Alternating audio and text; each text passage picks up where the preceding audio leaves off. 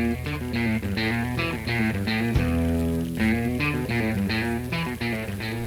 and welcome to Lowell Park for Game 2 of the Western Division semifinals between the Cotuit Kettleers and the Wareham Gatemen. I'm Jacob Cohen alongside Caleb Kaufman, bringing you this special extended edition of our pregame show today. Will Krause and Ben Gainsborough will be on in a minute to recap last night and preface today's upcoming matchup. But first, we'll give you a little information on these two teams and how they fared in the regular season. So to start off with the Wareham Gatemen, they finished the regular season with a 24-18-2 record. However, and although they finished 6 games above 500, they were shabby at times. They were often streaky, getting a few games above 500, then falling back down to only a game or two above, or even to 500 on the dot. And that can be contributed to, they had a great record at home. They went 15-6 at Spillane Field, and the Cotuit Kettleers dropped one to them there yesterday. But they have been a much more spotty 9-12 on the road. So that's also something that could fare well for the Kettleers today coming into this matchup. And head-to-head in the regular season, Cotuit has blown out the Gatemen twice, 11-3 and 11-5. One of those games at Spillane Field and one here at Lowell Park. And that puts them ahead of other teams. The other teams that really blew out the Gatemen, YD, Harwich, and Bourne, only each did that once. So we've been the team that's really taken our offense to the Gatemen most in the regular season. Of course, on the opposite side of that, the Gatemen have blown us out 3 times, winning by 5 or more runs in 3 of the 6 games that we played them this year. And that has contributed to Wareham taking hold of the highest run differential in the league in the regular season at plus 49. And they scored the most runs in the league of any team and gave up the 4th fewest. So that means, their offense is really kicking, and so is their pitchers. So are their pitchers. They were a league best 286 with runners in scoring position, almost 20 points ahead of any other team. And as we saw last night, they came into play. They got runners on base in the first, brought them around to score with frequency. And also some more notable stats in the regular season. They had the highest team average, of course, and the fewest strikeouts. So that's something that will be dangerous for them today. And, maybe something Coach Roberts even envies a little bit coming into this matchup. To look on the more individual side, 6 active players have on-base percentages of over 350, and 5 active pitchers have an ERA under 3. And as we saw last night, they threw their ace, the ERA of about 0.5. And, he had us on the ropes for a few innings, but we were able to take it to him. But obviously, that is a pretty outstanding stat. And, if they bring out unconventional pitching in this game, they feel they need to win it, they have a lot of guys who can back up their starter. So now I'm going to turn it over to you, Caleb, to talk a little bit about how the Kettleers fared this regular season. Well, the Kettleers were 20-20-4 on the season, a perfect 500 over the course, and it's truly been a story about the offense, and more importantly, Nick Gonzalez, who probably will end up being the MVP in the Cape League this season. He was stellar for the Kettleers and struck fear into most teams this season on the Cape. He actually ended up leading the Kettleers in 5 of the major batting categories, with a 351 average, 7 home runs, 33 RBIs, 54 hits, and drew 20 walks on the season, which was stellar. No one could touch him, and he was outstanding for the season. And the offense has been productive, especially as of late, and throughout the season. 27 out of the 44 games this season, the Kettleers ended up having 4 or more runs, which is great for the pitching staff that the Kettleers had, which was pretty middling in the league. They allowed the 4th most earned runs. They give up the 2nd most base on balls, which has been a trouble for them this season, has allowed teams to get on base, and as you talked about, the Gatemen get on base a whole lot, and that just helps them out even more. So it's something to look at for the Kettleers going into this game, and has been a problem for them all season. But other players have also stepped up. Matt Mervis at the end of the season has really come on strong to end the season at Falmouth. He had a 2-home-run game, one of which was a grand slam, and just production up and down. Rajanu, since the All-Star break, has been killing it near the top of the order, getting on base in most of the games so far at the end. So the offense has really carried it, and it's truly been a story about the offense gets the points, and can the pitching stay with it and keep it together for the Kettleers. The bullpens have looked good at times, being shutting teams down in the late innings, and the starters have been great, including Sean Sullivan, who is going today, who won the Kettleers' Most Valuable Pitcher award voted by his teammates. But it's truly been, can Kettleers get the runs, which they have done consistently throughout the year, and then can the pitching come through when they are needed to. And hopefully the Kettleers get what they're looking for. When you have a middling pitching staff, you can either be on either side of the spectrum at any time. Sometimes they look great and like an elite pitching staff. Sometimes they're less than par for the course. And what the Killers are really looking for today is a stellar pitching performance, tie the series up, and go back over the bridge with a 1-1 tie in the series, hoping to get that win to get to the next round. Yeah, sorry, and absolutely, that's right. It's a must-win game, and the pitching staff really has to come through. So with that, we'll send it over to Will Krause and Ben Gainsborough to recap last night's game and talk a little bit more about the matchup today. Hello, I'm Will Krause alongside Ben Gainsborough here. I'm going to give you a little bit of the recap of what happened last night. It was just a tremendous baseball game. There's no two ways about it. It was a battle between two teams. They both looked hungry. It was a playoff atmosphere. They were playing for each other, playing for the coach. Even Jackson Wolf, the starter, who had a really rough game, you could see he wanted to be there. He wanted to be there for the team. It was 2-0 in the bottom of the first. It was looking a little rocky for Cotuit, and he had a back spasm, and the trainer, Craig Moody, along with coach, came out to the mound. But Jackson Wolf wanted to stay in the game. It didn't go his way. It ended up being 6-0 after the first inning, and we were thinking, oh boy, they have Ian Bedell on the mound, probably the best starter in all the Cape League. He had a 4-0 record in the regular season with just a .58 ERA. But Cotuit battled back. It's a real testament to them. They got 6 runs in the 4th inning off of a wild pitch. They tied the game where Adam Oviedo came home to score. And then also Joey Loperfido hit a ball to shortstop. Benjamin Sems, their shortstop, dove, but he couldn't come up with the play, and Gonzalez scored. And Cotuit took the lead. The away bleachers were well filled, and the crowd was going wild for Cotuit. And then give credit to Wareham. They came back with a big double in the bottom of the 7th inning, and it was a grind. There were great plays all around. Matthew Ruddock, particularly in right field, robbed Casey Schmidt of extra bases later in the game with a fantastic diving catch in right field. Just really, really brilliant. And then eventually the game would go to extras, tied 7-7 in the bottom of the 10th. Wareham got men on first and second. Matthew Ruddock came to the plate, and he singled to right field, and we're thinking, as Antico rounded third base and headed for home, we're thinking, oh boy, this could be the end. But Christian Robinson in right field fired an absolute dart to home plate, and Cody Pasek tagged Antico out, and we were thinking, oh, we're going to go to an 11th inning. We might be able to get to an 11th inning, but unfortunately, with men on first and third, Trey Lipscomb came to the plate and hit a ball in between the third and short gap, but you could see the effort there too. Casey Schmidt just rolling over in a somersault to get the ball and diving in the stone dust, his uniform completely gray with the stone dust, but he came up just short at first base. Lipscomb was safe by probably a couple of steps, and the Gatemen mobbed Lipscomb for the big win. Looking forward to today's matchup for the keys to the game. Here's Ben Gainsborough. That was well said, Will, and that really was a special game. That was by far the best game we've seen this season, one of the best baseball games I've seen all year, and we're hoping the second game brings some more of that energy. I have 3 things to spotlight for this game. The first is the battle of the leadoff men, and Caleb touched on it briefly with Nick Gonzalez. There's not much else to say about Nick Gonzalez. When he steps to the plate, he's the most dangerous player on the Cape. They know that. We know that. Everybody knows that. But Braden Ward is a very underrated part of what Wareham tries to do. He only has a .303 batting average, which compared to Gonzalez, I mean, it's still fantastic. Compared to Gonzalez, it's still 50 points lower. But what makes Ward so dangerous is that .386 on base percentage. And when he gets on base, there is no more terrifying runner on the Cape than Braden Ward. He stole 27 bases in the regular season, grabbed another one last night. Cotuit did a fair job of keeping him off the base paths. He was only on there 1 out of 5, which is a 200 OBP, which is below his average. But you saw when he reached first base, everybody in the stadium and the dogs knew that he was going to steal second, and they still couldn't do anything to stop it. He's just so fast. He has such a great feel for the bases. So if Cotuit wants to win this game, keep Braden Ward, that leadoff guy, off the bases. The second thing I want to touch on are the newcomers, especially the late season newcomers. And it's an underrated aspect of the Cape League that we play 1.5 months with the same players. You're getting used to these rosters.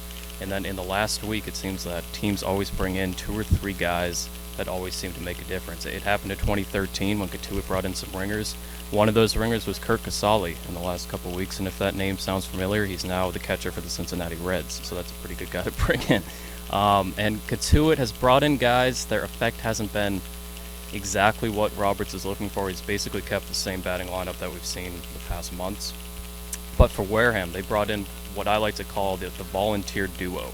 They brought in Trey Lipscomb and they brought in Chris Durkay from Tennessee, the Tennessee Volunteers. And these guys hit 2nd and 8th in the Wareham lineup, and I mean, we saw what Trey Lipscomb brought to the team. He's a fantastic defensive third baseman, and he had the walk-off hit yesterday. Chris Durkay also had 2 hits out of that 2-hole, so those 2 Volunteers, those 2 Tennessee guys bring a lot of oomph to this Wareham lineup. And the final thing I want to touch on is starting hot in this game, and it's like the most generic thing you can say in sports, but for Cotuit, they had this emotional effort, this incredible comeback to fight back into that game. Fell short. Coach Mike Roberts was a little disappointed, and he said after the game that his players were more disappointed than he was. So starting hot, channeling that energy, even though you fell short, channeling that leftover energy and starting hot in this game could be the difference between fighting back and forcing a game 3 where anything can happen. But if Wareham jumps them early, scores another 3-4 in the first inning, after that emotional comeback falls short, and you saw the pain of the fans and the players, will they be able to bounce back from another big deficit? I'm just not so sure. So we'll see what happens. And for Sam Niederman and Aram Layton's thoughts, let's send it up to the booth. Playoff baseball in the Cape Cod League. This time it's at Lowell Park. Aram Layton alongside Sam Niederman for Game 2 of the 3-game series between the Kettleers and the Gatemen. Game 1 was just about everything you could want out of a baseball game and more, Sam. They ended up walking it off. The Gatemen did at home, winning 8-7, but that doesn't describe the whole story. It was a wild one. It was a wild one. It might be the one that got away for Cotuit, losing in extra innings, uncharted territory for the first time this year. But the Kettleers were able to rally and compete, especially after going down 6-0 in the first inning. Cotuit picked themselves back up, actually led in the game, made some tremendous plays defensively to keep the game tied, but a couple of unfortunate breaks and some untidiness at the end of the ball game did them in. The Gatemen have the home field advantage, so that's why Game 1 was at Spillane Field. Today we're at Cotuit at Lowell Park, and then if Cotuit can force a Game 3 with a win today, Game 3 would be at Spillane Field, a deciding Game 3, a final one, to see who goes to the next round. Kettleers have to win this one today, and it's going to be a tough one again. They were able to get to a really good pitcher yesterday in Ian Bedell, a guy who came into that game only having given up 2 runs all season, Sam, and they put up a 7 spot on him. The Kettleers didn't back down. They swung the bat against Bedell. 7 runs on 8 hits, and they killed him in the 4th inning of play.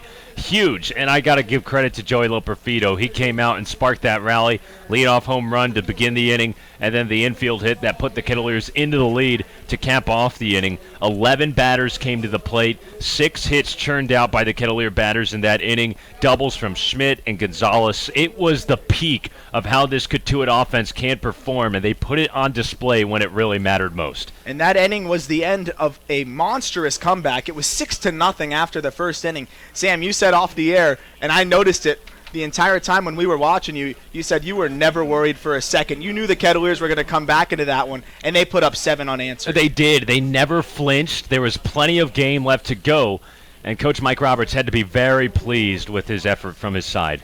Ultimately, the Kettleers dropped it after the Gatemen came across on an infield single by Trey Lipscomb that plated the winning run in the bottom of the 10th. Like you said, Sam, uncharted territory for the Kettleers, who had not been in a playoff game all season long. But I got to give some credit to Chris Holcomb for keeping the Kettleers in that game. It was a start by Jackson Wolf. He unfortunately came out of the game with only 2 outs in the first inning. He was dealing with some back problems, having some back spasms, and he tried to go back out there and finish it off, but you could tell he was not 100%. But how about Chris Holcomb keeping them in the ball game? Chris Holcomb was crucial. If you look at the scorebook from what Wareham produced against him, they only got 3 base runners on, 1 hit batsman and a couple of base hits.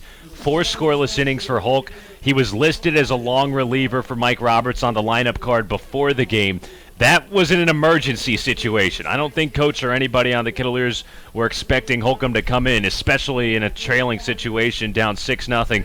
But he answered the bell, calmed the seas a little bit, and let the offense go to work. I thought Kyle Nicholas looked really good as well. He ultimately picked up the loss with the last run coming across in the 10th inning, but he pitched 3 strong innings, one of his best outings of the summer as well. Kyle Nicholas was electric yesterday, and the Kettleers need him to be that stopping closer, especially with Casey Schmidt maybe a little dinged up on his arm, maybe not 100%. as capable as he was in the regular season, and you hate that Nicholas had to be the losing pitcher yesterday. He was out there for the 10th inning after striking out the side of the 9th, but unfortunately a walk and a little bit of a bloop single kind of came back to bite him. That bloop single that led off the inning, which kind of is the talk of the town right now, didn't end up coming home to score thanks to Robinson's throw from right field, but the walk to Matt McClain, the trailing runner, was eventually the difference. It'll be a pitching matchup today between Sean Sullivan and Levi Prater. The Kettleers have their best arm on their ball club going today with Sullivan. He has been dazzling in his last 3 ball games and pretty much all season long. Has not given up a run in 16 innings, consecutive innings coming into this one. He's opposite Levi Prater, another good arm. First, let's talk about Sullivan. He needs to really come out strong today to give the Kettleers a chance. What have you seen the most that impresses you about Sean Sullivan? This guy is Cotuit's dynamo ace. Only 18 years old, 16 consecutive scoreless innings for Sully. Coach Roberts knew he had to save him for an elimination game potentially in Game 2, and he did. And right now the Kettleers are holding the cards with him on the mound. Guy is just lively with his fastball. He's got 2 good breaking balls with a curve and a slider that can get you out. He has been the most consistent pitcher for Cotuit, and he has been the strongest pitcher down the stretch when it really matters most. The guy opposite Sean Sullivan is no slouch either. Levi Prater has been fantastic for the Gatemen this season. An ERA of just .91, making his 8th appearance and his 5th start. What do the Kettleers have to do to get to a left-handed pitcher? They've got to be aggressive, and we know they've struggled against lefties so far this season, hitting just below .230. And Prater actually pitched against the Kettleers on Monday. We had this same pitching matchup late in the regular season, and the Kettleers were able to muster up a run against Prater on 3 hits. He did not walk anybody. He struck out 5. His control, pretty pinpoint. They're going to have to find a way to swing the bat because they will get strikes just like they did from Ian Bedell last night. If you were wondering what that cheering was, it was for Mark Delaney, who was just rewarded with the Curly Clement Award, which goes to the best umpire of the summer. Mark Delaney, a familiar face around here. A 4-man crew today. Delaney will be at second base. Sparky Burns behind the dish today, one of our favorite names out of all the umpires. And then Ronaldo Kunkrum at third and Mike Rabideau at first. So a nice moment for Mark Delaney, who accepts his plaque and his award from the Cape Cod executives there. And that's got to feel really good if you're an umpire, because they get chewed out more than anything in this league. It's, you know what's going into it when you accept a job like that. But to get honored here at Lowell Park in the playoffs, it doesn't get much better than that for an umpire in the Cape League. It's an awesome moment for Mark Delaney. Congratulations to him on a great summer of work out in the field and behind home plate, and a great award by the Cape League to honor Curly Clement, a longtime Cape League umpire and college baseball umpire who is beloved, known as the Candy Man, who would go out with sweet licorice and use that to help soothe down a little bit of the arguments with coaches during the game. And he passed away back in 2006, and the award is in his honor. And Mark Delaney, well-deserved for him to win it this year. And now it looks like they're going to be presenting an MVP trophy. I don't want to jump to any conclusions here, but it sounds like they're going to be giving it to Nick Gonzalez, which we've been talking about all season long. That guy has been amazing, and there it is. It's officially given to Nick Gonzalez. So a large cheer from the Kettleer fans. Nick Gonzalez, the MVP of the Cape League this summer. He's out to shake some hands and accept his trophy. All Gonzalez did this year was hit over 350. That was second in the Cape League. Led in hits with 54, extra base hits with 25, on base percentage at 451, slugging percentage at 630, and runs scored at 39, also led with 14 doubles. Sam, this guy was just consistent and an Iron Man for the ball club all year long. He's done it wire-to-wire arm. We talked about his spring with New Mexico State, how productive he was. He made a name for himself dating all the way back to February, going from one of the best in the country to the best in the Cape League. And most deserving there for Nick Gonzalez, who gets a standing ovation from the Kettleer faithful here that have already stacked up the third base grandstand before this ball game that's set to start at 4. We're going to get a little bit of a late start here with the awards being presented, but an earlier start with no lights here at Lowell Park, as it always is in the playoffs. Regular season, you can count on having a 5 o'clock start. It's funny, I was walking by the coop, Sam, and they have that sign that's already cemented in at game today, 5 o'clock, and there was a piece of paper with the number 4 on it taped on top of the 5 because you got to adjust to the playoffs. And the Kettleers now hosting another playoff game. They made it last year but they have not won one since 2014. They haven't won one since 2014, and Wareham on the other side is unbeaten in their last 7 postseason matchups when you go back to last year's championship run. The Kettleers would love to get it done in front of a big home crowd. 4 o'clock start, that doesn't stop the locals from getting here to Lowell Park. It's still packed in on the third base grandstand. Lawn chairs planted, cemented up that left field line. Everybody was reserving their spot a few hours before first pitch, especially here on the concourse. It's a little more packed than usual. I think we're going to get a great atmosphere, and I will give credit to the Kettleers organization as a whole. I did see the little sign off Putnam Avenue when you come off 28 to get to the field. It says game today at 4, so they actually were able to change it without a piece of paper, but good to see the coop adjusting on the fly, and hopefully Cotuit can adjust too, because they need to, otherwise a loss sends them home. It's backs against the wall here. Best of 3 series, it's 1-0 in favor of the Gatemen. Both coaches, Jerry Weinstein and Mike Roberts, conversing with the 4-umpire crew here at home plate.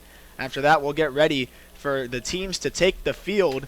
And first pitch will be slated around 4:05, we're going to guess now, with a little bit of the delay, with Nick Gonzalez winning the MVP of the Cape League and Mark Delaney winning the umpire of the summer. As for the meeting going on right now, just Jerry Weinstein and Mike Roberts going over some ground rules. This could be the final game at Lowell Park. If the Kettleers even win this one, it's not set in stone because they got to win another one at Spillane Field. A tough place to win on the road, but you talked about the Kettleer faithful. They came out strong yesterday all the way off the Cape at Spillane. They really were great as road supporters, and they provided a lot of juice they're going to need to lock down this home field this afternoon.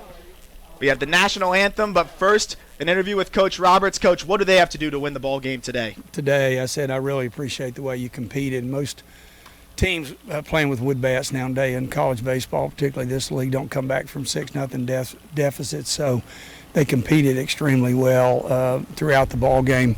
And but we really, a lot of people look at it and say, well, you lost it in the 11th inning. For me, no, we lost it in the first inning, but we competed to come back to give us an opportunity. How effective was the aggressive approach at the plate against Ian Bedell, who was named the league's top pitcher after the game?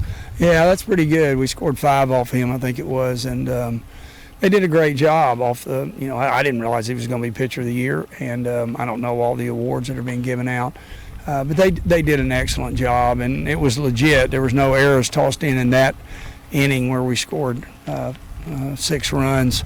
But again, when you look at the missed opportunities, they dropped the fly ball, and we had a double with man on second base, nobody out. We had the bases loaded with 1 out in the inning where we scored 6 and should have scored more. We had first and third later in that and didn't touch the baseball. So, the competitiveness was there. But I also told them that the polish was not there. And that's where, you win close ball games, is how polished are you so that those skills come through when you need them. We talked about defense yesterday as well, and the team had 2 huge throws from the outfield that kept the game tied at the time. One a relay, Chavers to Gonzalez, and then to Donlin at the plate, and then Christian Robinson to Cody Pasek at the final hour in the 10th inning. How impressive were those throws? Well, you get very few assists from the outfield. We went through the 2018 season and did not have 1 the entire season. So to be able to get 2 in one ball game is exciting.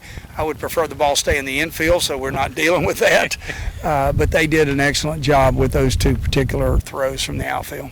What's going to be the key to find a way to win 2 games in a row against this Wareham club? Well, today's going to be Sully. You got a freshman on the mound who's really pitched well for us. I kept him actually for the second game. We had 5 starting pitchers 3 weeks ago, and we're down to 2 that have any experience in the Cape League starting. So, we're kind of hoping Sully will have another good game, somewhere between 4 and 6. Yeah, certainly if he got the 7th inning would be amazing, but I'm hoping he can get us 4 to 6. He's been really good for us. He won our award last week for MVP pitcher for our club, which I've never had a freshman ever do before. So we're excited about seeing Sully pitch. But again, games are exciting because of offense, but championships are won because of pitching and defense. All righty, Coach. Go get them. Thank you. All right, thanks, Sam. Well, you heard Coach Roberts. Here comes Sean Sullivan, the ace of the Kettleer staff, who takes the field alongside his Kettleer teammates. And he'll face a Gatemen lineup that scored 8 runs yesterday on 10 hits, looks very similar, and goes as follows. Braden Ward in the leadoff spot plays center field. Pete Durkay bats second playing left. Jacob Teeter in the 3-hole playing first. Cleanup hitter Adrian Del Castillo catches. Dallas Beaver in the 5-hole, he's the DH. Matt McLean, the second baseman, bats 7th. Matt Rudick bats 7th, in right field. Trey Lipscomb bats 8th and plays 3rd. And Chad Stevens rounds things out at shortstop, batting 9th, the opposite of Sean Sullivan. You heard Coach Roberts say the MVP pitcher for his ball club this summer. He has not given up a run in 16 consecutive innings. He threw 3 phenomenal innings against the Gatemen in his last outing, and now back against the wall. They need another start, a dazzling start from Sean Sullivan to win today. Sullivan is the perfect pitcher to come to the mound for Cotuit. You wouldn't have wanted it in a situation when you're down 1-0 in a best-of-3 series. But, hey, you need a win. He's going to get you a win with his best stuff if he's on target today. And he is locked in on the mound. He always gets into a competitive mode when he toes the rubber. Such a lively fastball. His breaking stuff has gotten stronger as the summer's gone on.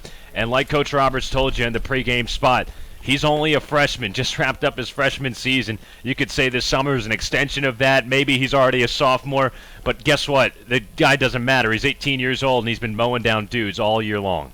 Born October 2nd, 2000. It's still funny to see years and birth dates in the 2000s now on these ball clubs, but Sean Sullivan, by far the youngest on the team at 18 years old, as you said, Sam.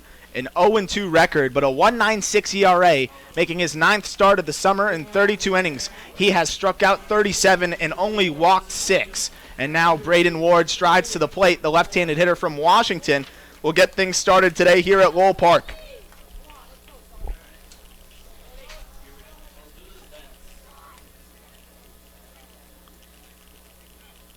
For 4 day yesterday for Ward. He walked in the 7th and scored. He stole a base. Led the Cape League with 27 steals and added 1 yesterday. First pitch swinging, he fouls it away, 0-1. First pitch here at 4:07, 7 minutes late. Nick Gonzalez was awarded the MVP before the ball game. That contributed to the delay a little bit. The 0-1. Swing and a miss. Blew a fastball by him. 90 on the gun there from Sullivan. 6'1", 170 pounds, just right-hander from Cal Berkeley. A Pac-12 matchup here with Braden Ward at the plate. Sean Sullivan on the mound, and the 0-2 is chopped out to shortstop. Oviedo comes in, fields it on a long hop, throws on the run, and just gets Ward for out number 1.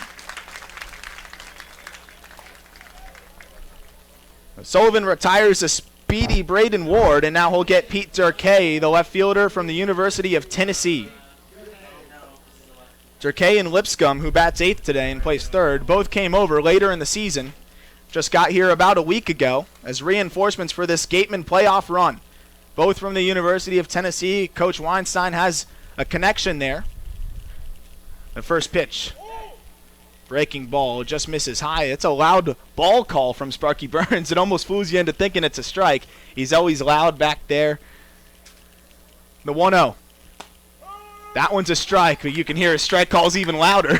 So you can differentiate the two. The crowd mic picks it up. And Sparky Burns, a familiar face as well. We're getting to know all these umpires at this point of the year. The 1-1, a breaking ball misses low. 2-1 on Durkay, who plays left field today. He started in left field in game 1 of this series yesterday. He picked up 2 hits, finishing 2 for 5 in the ballgame. 2-1, fouled straight back. Now 2-2. Sullivan sitting around 90 miles per hour on the fastball. Coach Roberts said before the game he's hoping to get between 4 and 6 innings out of Sullivan. Kettleer bullpen pretty well rested after the doubleheader in Falmouth. You'd think it would be the opposite of that as the 2-2 is fouled away. But Coach Roberts preserved his pitching by using mostly position players in that doubleheader regular season finale. And the Kettleers actually won that final game 13-2. It was a game that was closed out by Cam Hill. 2-2 breaking ball gets away from him, 3-2. You can probably assume every reliever is available aside from Chris Holcomb and Bo Hofstra and Kyle Nicholas. So those 3 probably off limits. The rest, all hands on deck. The 3-2 chop foul into the first base dugout. Count remains 3-2. Jacob Teeter waits on deck.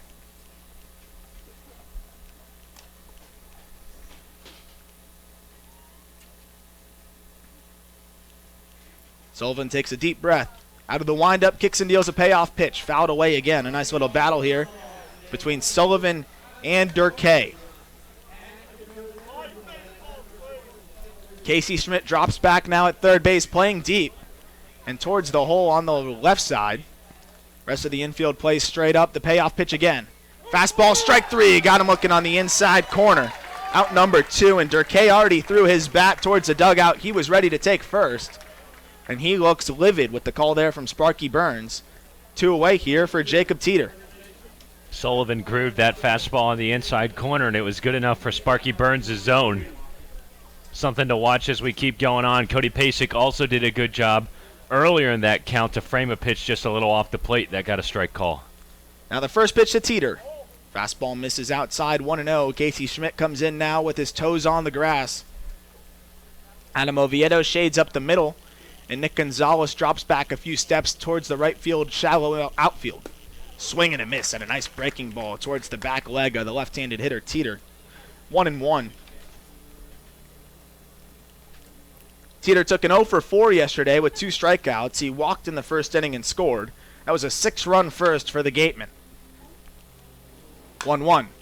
Fouled away off of the foot of Teeter and down the first base line. Now 1-2. Sullivan 1 pitch away here from working a 1-2-3 first. Adrian Del Castillo, the cleanup hitter from Miami, waits on deck. Teeter wipes his face off with his shirt, strides into the plate. The 6'6" left-handed hitter awaits the 1-2. Popped up into foul territory, giving chase, and it lands actually a fair ball. Hooks just fair of the left field line. A bloop single there, just to the right of the foul line for a base hit. Jacob Teeter sneaks one over the head of Casey Schmidt, and it lands in no man's land for a base hit. There's a Bermuda triangle out there for the left side of the infield and Parker Chavers. And that ball just tucked in to the left of, or to the right rather, of the left field foul line.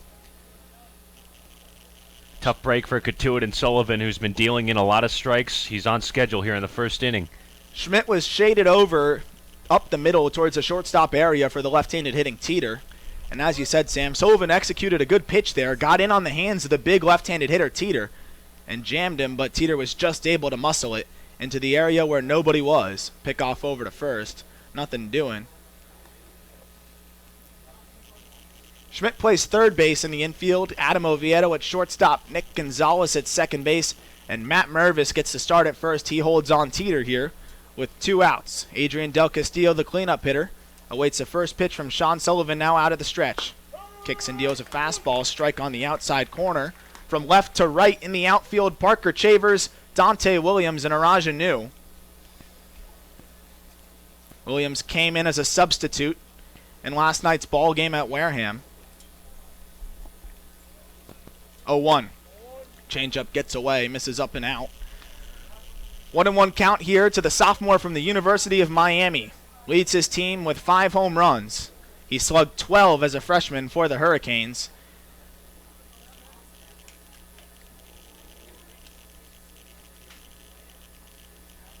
The 1-1. Teeter bluffs. Fouled away over the third base grandstand. Now 1-2. Del Castillo was in the cleanup spot yesterday as well. He eventually was lifted for the pinch runner Mike Antico, who was gunned down at the plate on a game-saving at the time throw by Christian Robinson. Del Castillo finished 2 for 3 with a single and a double. Breaking ball misses in the dirt. Now 2-2.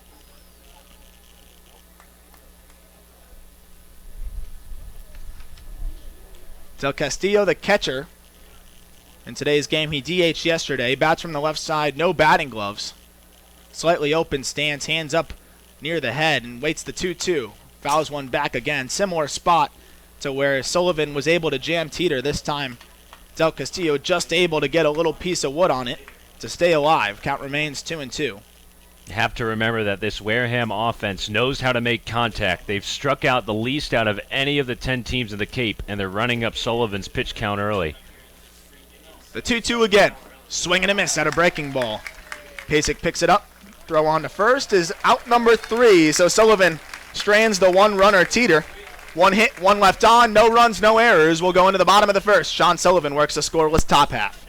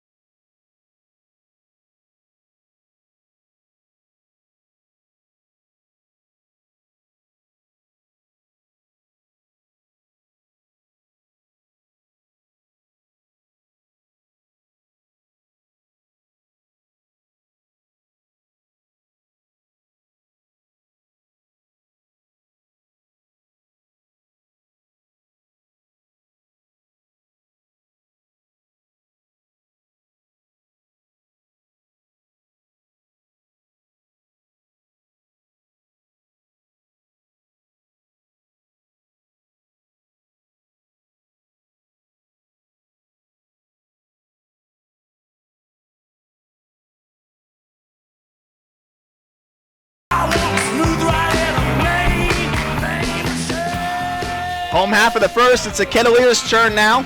They face Levi Prater, the southpaw on the mound for the Gatemen. A lineup that sounds like this for Cotuit. Nick Gonzalez in the leadoff spot. Plays second base. Matt Mervis bats second place first.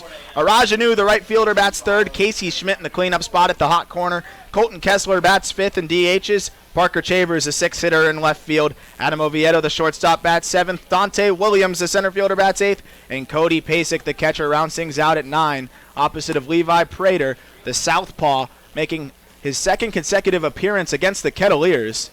And he was pretty good until he wasn't in that last matchup.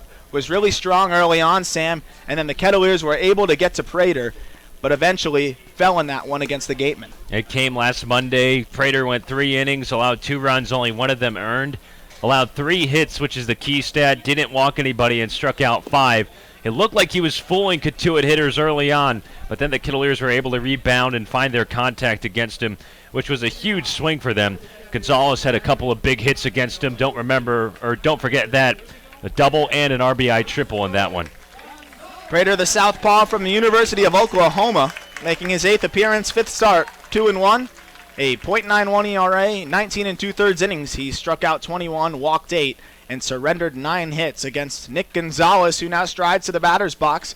Had to find a place to put the MVP trophy he was awarded before the ball game, and now it's time to play baseball. First pitch fastball misses up and out, 1-0.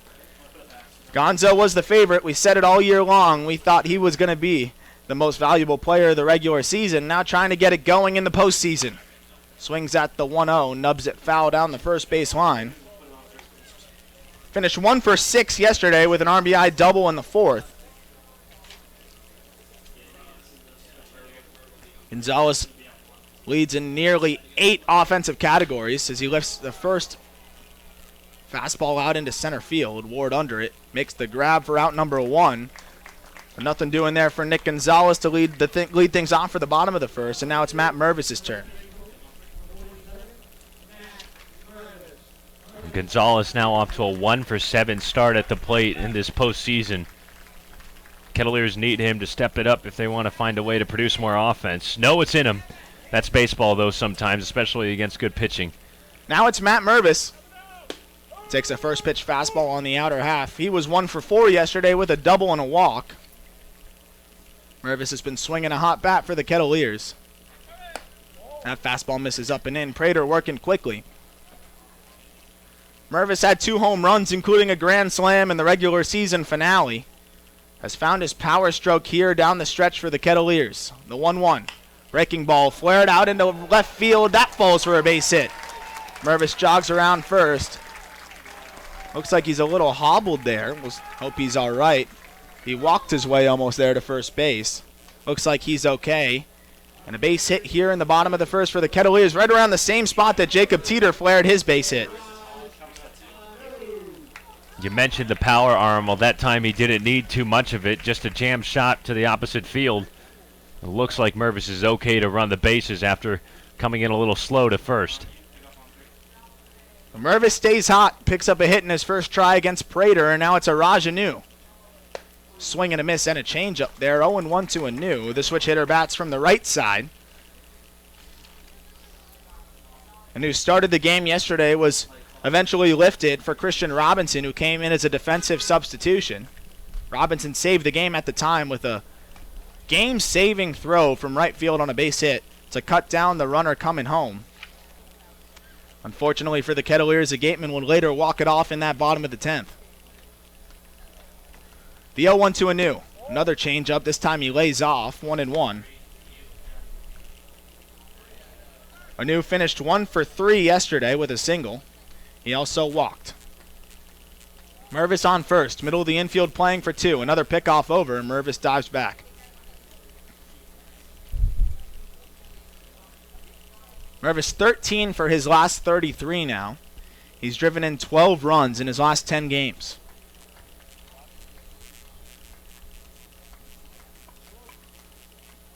The 1-1. Fastball gets away. This is up and out there now, 2-1 to Araj Anu, who's set to play this spring at the University of Kentucky. Was a 12th round pick by the Red Sox in this past draft. Did not sign, and he'll join Cam Hill and Colton Kessler out there. 2-1, lifted out into left center. Towards the wall, it's over their head. That'll be extra bases. Mervis coasting into third. He's going to be waved home. He's coming around third. The relay is not in time. The Kettleers draw first blood here in the bottom of the first. A double by Araj Anu, and it's 1-0.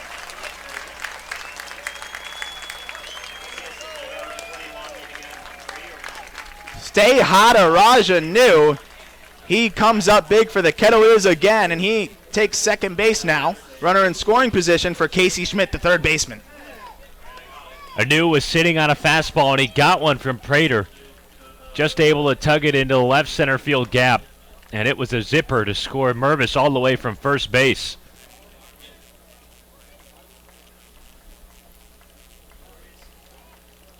First pitch to Schmidt. Change up on the outer half. 0-1.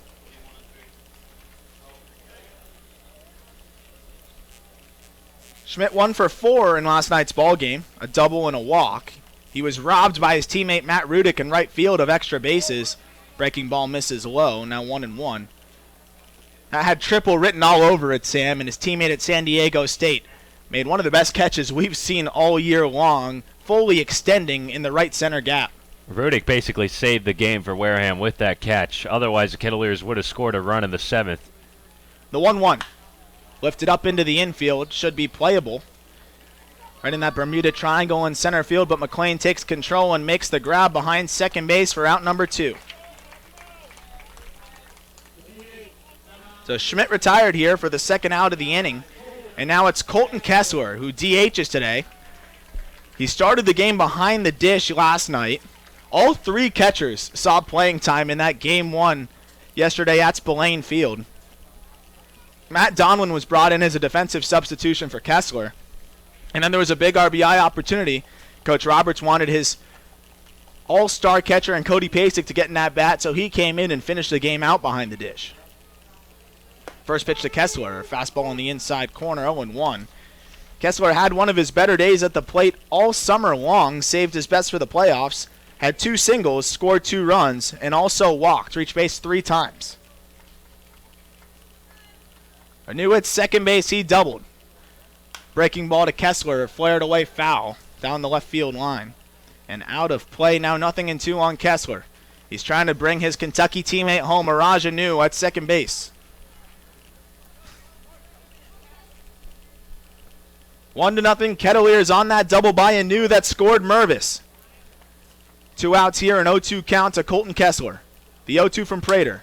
That's a flare out over to third base. Going to be trouble, but making the grab is Lipscomb for out number 3. But the Kettleers draw first blood. A double by Araj Anu to score Mervis. And it's 1-0 Kettleers here in Game 2 of this 3-game series.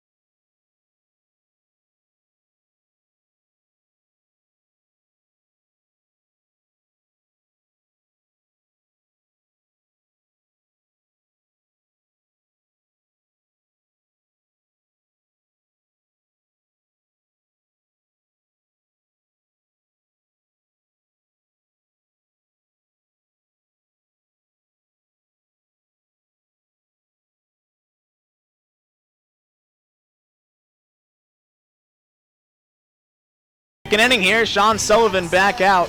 He worked a scoreless first, but he did have to throw a few pitches to do so. 22 in that first half.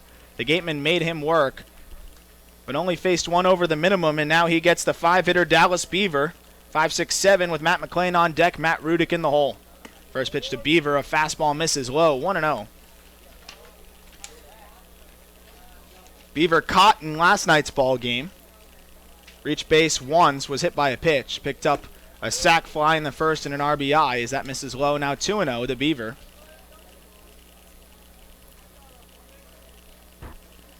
Beaver bats from the left side, has been swinging a hot bat for his team.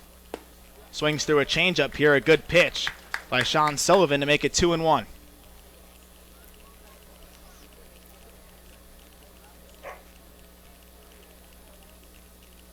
The 2-1 pitch, fastball, just misses low. Cody Pasek tried to squeeze it and bring it up a little bit, but Sparky Burns behind the dish wasn't biting.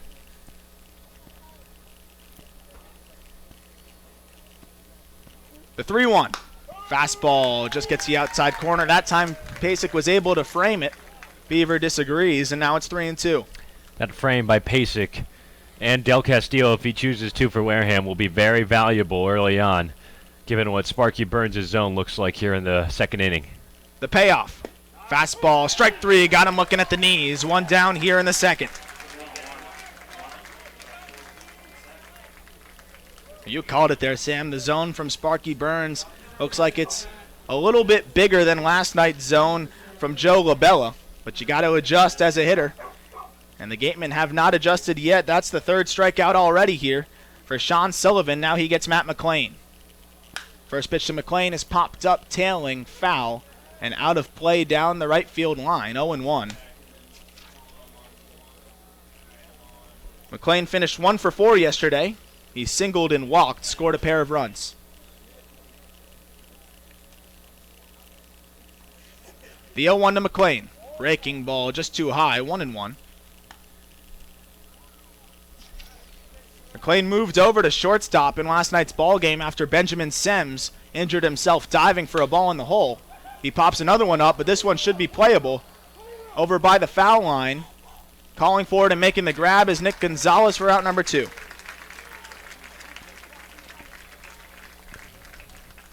Sean Sullivan retires the first 2 batters he faces here in the second, and now it's Matt Rudick, the right fielder from San Diego State.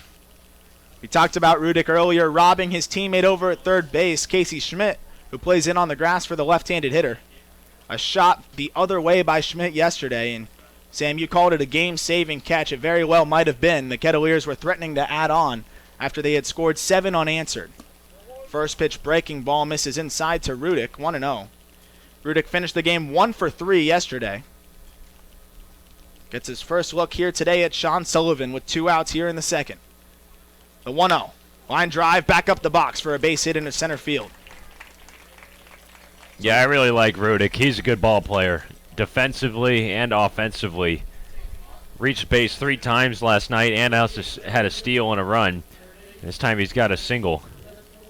San Diego State has those gritty type of players. Casey Schmidt the same way out there on the hot corner. Good defenders, good hitters, and really give you a challenge there at the plate. Both players really tough to strike out as well. Schmidt only striking out at 12% of the time. One of the best clips in the Cape League. So now it's Trey Lipscomb, the third baseman. Pickoff over to first. Rudick dives back.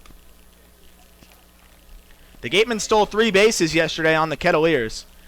They had 68 all regular season. That was second to only the Falmouth Commodores, who had 72. Rudick leads off of first. Sullivan comes set at the belt. Holds for a minute, kicks and deals. A breaking ball just misses inside, 1-0. Lipscomb was the hero in last night's ball game. The infield single that he hit over to third base. Casey Schmidt was able to glove it, but stumbled over, took a tumble, and could not make the throw. It was an infield single, ultimately being ruled for Lipscomb. And that's how they walked it off in the 10th for Game 1. The 1-0. Ground ball, foul down the third base line, 1-1.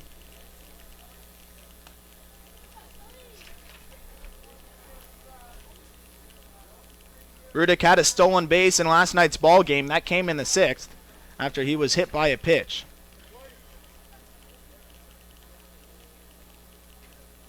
He leads off of first. Lipscomb from Tennessee bats from the right side.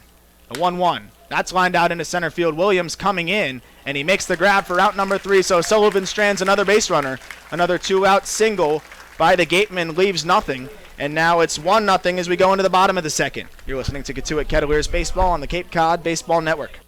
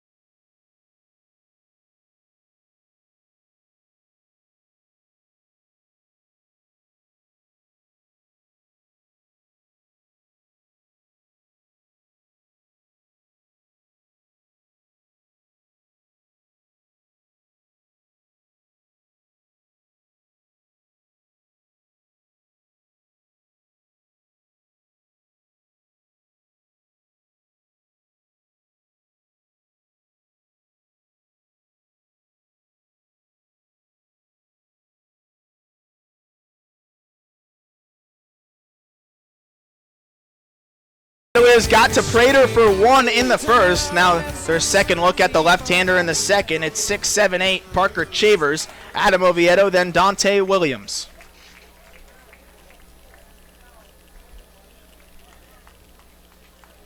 Chavers gets his first look at Prater. Bats from the left side, a lefty-on-lefty matchup.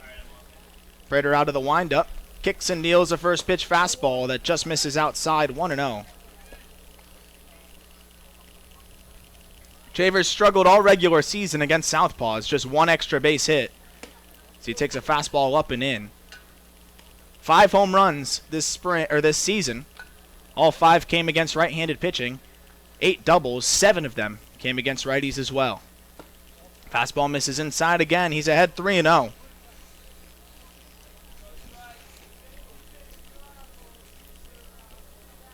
Prater trying to find the strike zone here.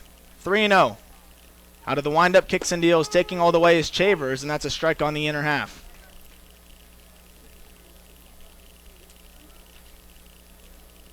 The 3-1 popped up into the infield. Drifting into shallow center field, calling for it is McLean, and he makes a grab right in front of the center fielder in Ward for out number 1. So Chavers retired to start off the second inning. And now it's a shortstop, Adam Oviedo. Oviedo had 2 more hits in yesterday's ball game, his second consecutive multi-hit ball game. He had back-to-back singles in the 3rd and 4th innings, finished 2 for 5. First pitch breaking ball misses low, 1-0.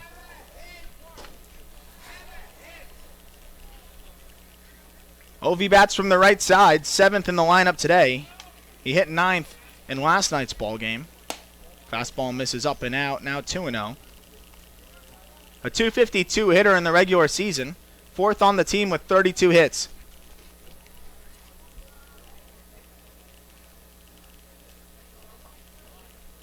The 2-0.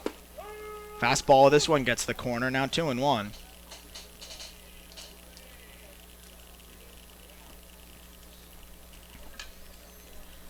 Oviedo has hit safely in his last 3 ball games.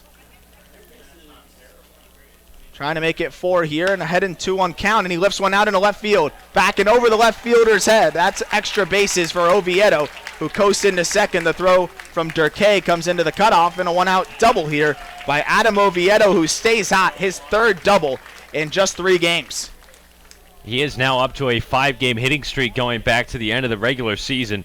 And you mentioned the double stat arm. He has been poking it for some power, really finding the barrel on the ball in the last few games.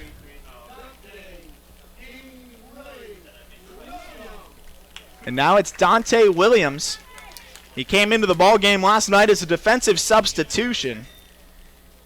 picked up a sacrifice bunt in a key situation, but the Kettleers were not able to bring home the run. That would have given them a 2-run insurance. Ultimately could have saved the ball game for them. They ended up squandering the lead and eventually dropping it. Fastball strike on the outer half here to the center fielder from the University of Arizona.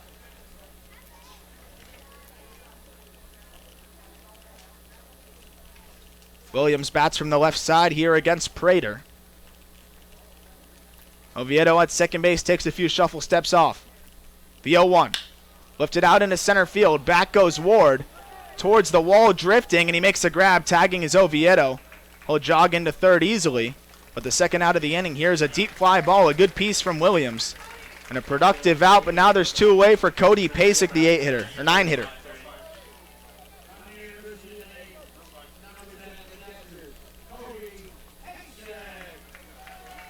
Cotuit Kettleers saw some action at the end of the ballgame yesterday. All 3 catchers were used. It was a start by Cotuit Kettleers, who singled twice. Then Matt Donlin was brought in as a defensive substitution. He's known for his glove back there behind the dish. And in an RBI opportunity, Cotuit Kettleers pinch hit, was not able to come up with the big hit. Swings at the first pitch and chops it foul.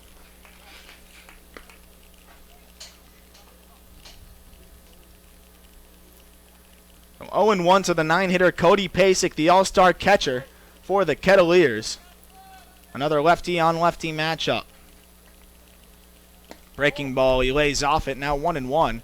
Oviedo on third base, he doubled and just advanced to third on the fly ball by Dante Williams. Nick Gonzalez waits on deck, top of the order. After Pasek here, he's trying to send it back around. The 1-1.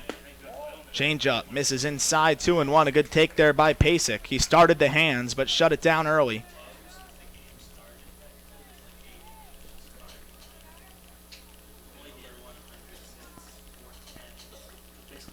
The 2-1.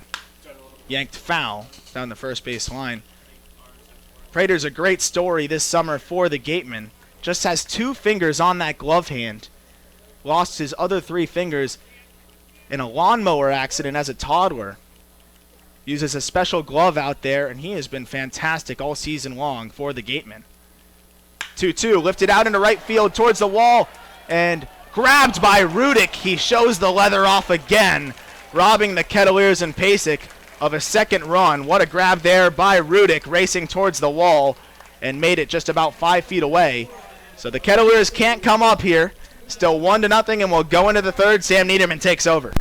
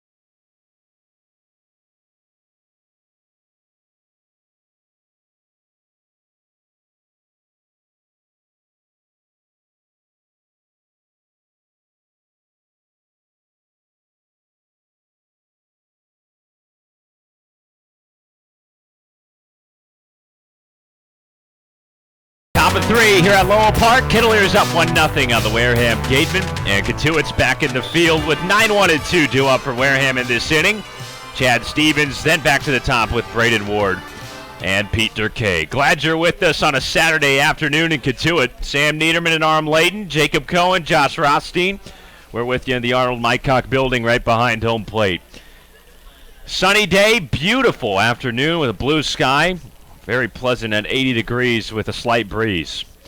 Chad Stevens climbs in. The right-handed batting shortstop out of Portland takes the first pitch slider on the outer half of the plate for strike one.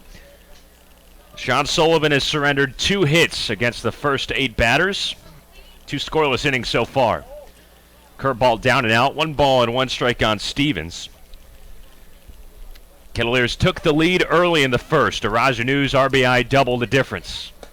1-1 fastball down and in. 2 balls and a strike on Stevens. Came in as a substitute last night for Benjamin Sims, who sustained a shoulder injury on the hard stone dust at shortstop. Fastball by Sully on the outside corner, 2-2 now. Stevens finished the night 0 for 2 at the plate. Couple of ground outs, 1 to short and a fly out into right. Sullivan's 2-2. Fastball tapped back up the box. Ranging play by Oviedo. He scoots it over to first, and the call safe. Chad Stevens legs out an infield hit to start Wareham off here in the top of the third. Nice job there by Ovi to show the range, but just not quite enough behind the throw there. His body was taking him into center field, and he could not throw across his body. Unfortunately, too fast there was Stevens, and like a second leadoff hitter, we've said all year long, when the 9-hitter gets on, you're in trouble because the top of the order for the Gatemen is really good. It's sparked by this man at the plate, Braden Ward, the left-handed batting center fielder from Washington. He squares to bunt and then pulls back on a strike. Sullivan gets ahead with a slider on the outside corner. No balls and 1 strike. Ward 0 for 1 with a ground out to shortstop to begin the game. 1-0 Kettleers. Man on first with nobody out in the third. Schmidt plays in by a couple of steps against the bunt at third. Sullivan on the belt. 0-1. Bunt popped up right behind the plate, and it drops before Pasek could get there. 0-2. Mervis holding on the runner and Stevens at first. Wareham has stranded a runner in each frame so far. A couple of 2-out singles from Jacob Teeter and Matt Rudick kept on first base. 1-0 Kettleers in the top of 3. Wareham already leads this first round series 1-0. A win for the Gatemen today would mean they're moving on to the Western Championship Series. Kettleers would be going home. 0-2 breaking ball, punched back foul. Ward stays alive. Cotuit went on the road to Spillane Field yesterday and lost in heartbreaking fashion, an 8-7 defeat in 10 innings. Kettleers trailed 6-0, then took a 7-6 lead. Wareham got the final 2 tallies, breaking through in the 10th. Sullivan out of the stretch, 0-2 again. Fastball on the outside corner. He zipped it in, and Ward looks at strike 3 for out number 1. Sean Sullivan checks in with his 4th strikeout of this game already. That's out number 1 here in the visiting half of the third.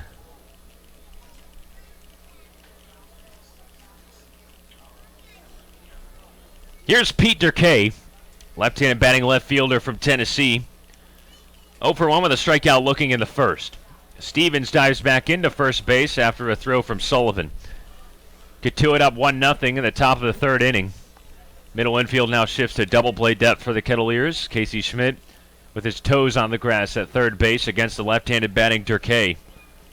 Stevens shuffles off big time at first, held on by Mervis.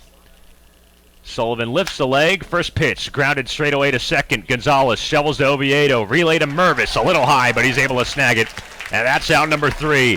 Cotuit spins up a 4-6-3 double play to get Sean Sullivan out of the top of the third. And Wareham comes up empty again. No runs on 1 hit, no errors, and nobody left on base. Kettleers at the plate up 1-0 in the bottom of 3 on the other side of this break.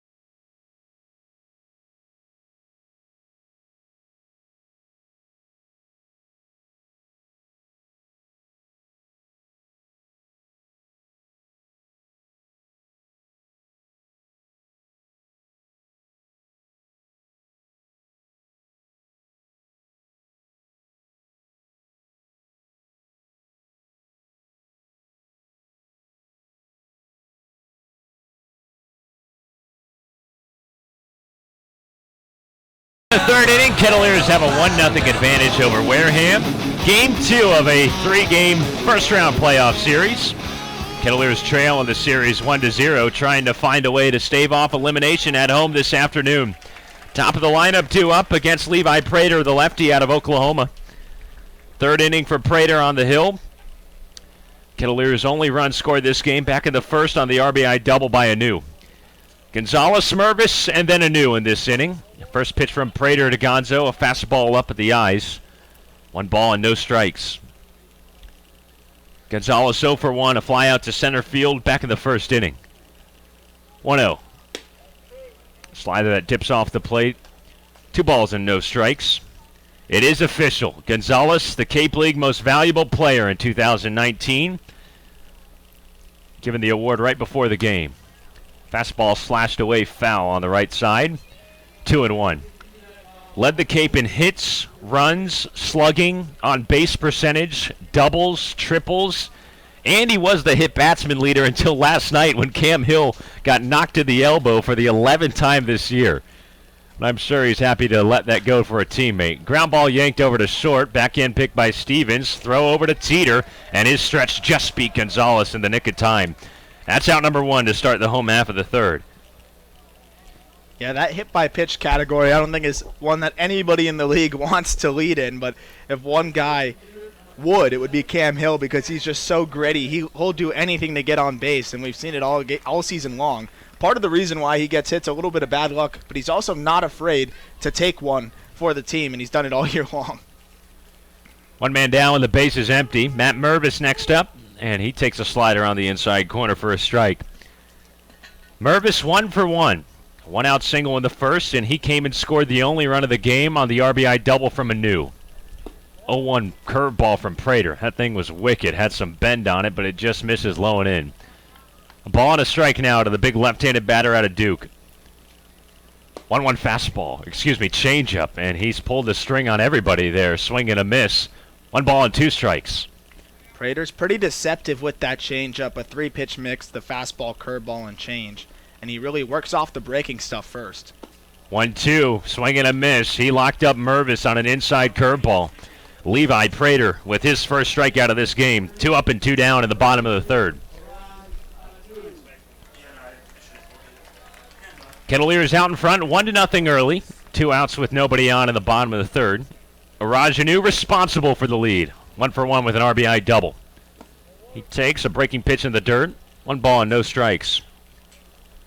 Prater terrific for Wareham this year. Made 7 appearances in the regular season, 4 starts. Swing and a miss on a changeup. 1 ball and 1 strike. 19 2/3 innings of work for the lefty out of Oklahoma.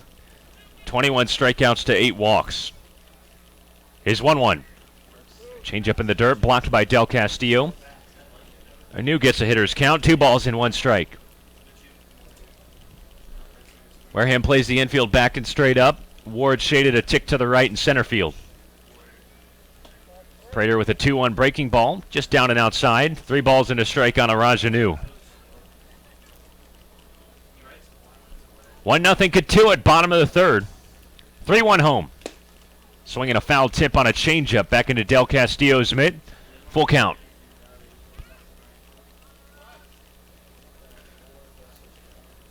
Prater works on the first base side of the rubber, holds at the belt, right into the windup. Payoff pitch. Hard fastball. Taken in the air down the right field line, foul. We'll do a 3-2 again.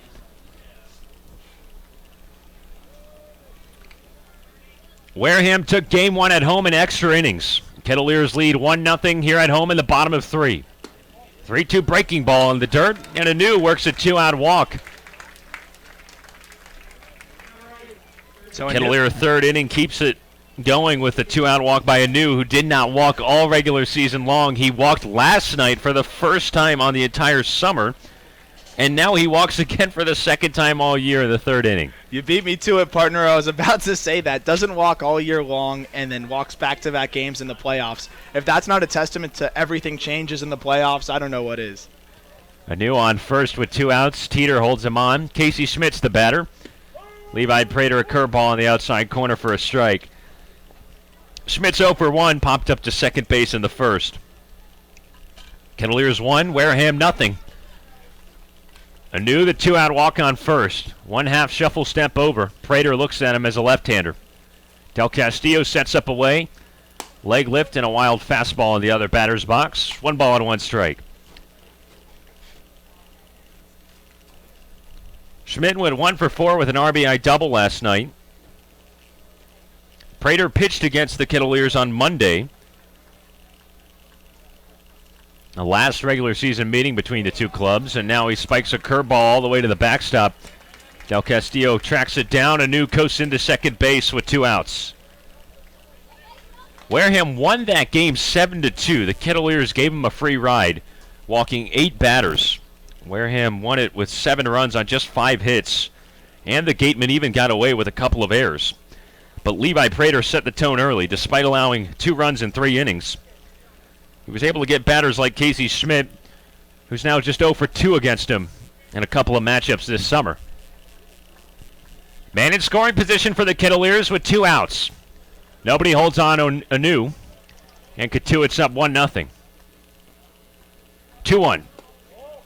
Slider just a little inside on the thighs. Prater falls behind again. 3 balls and 1 strike.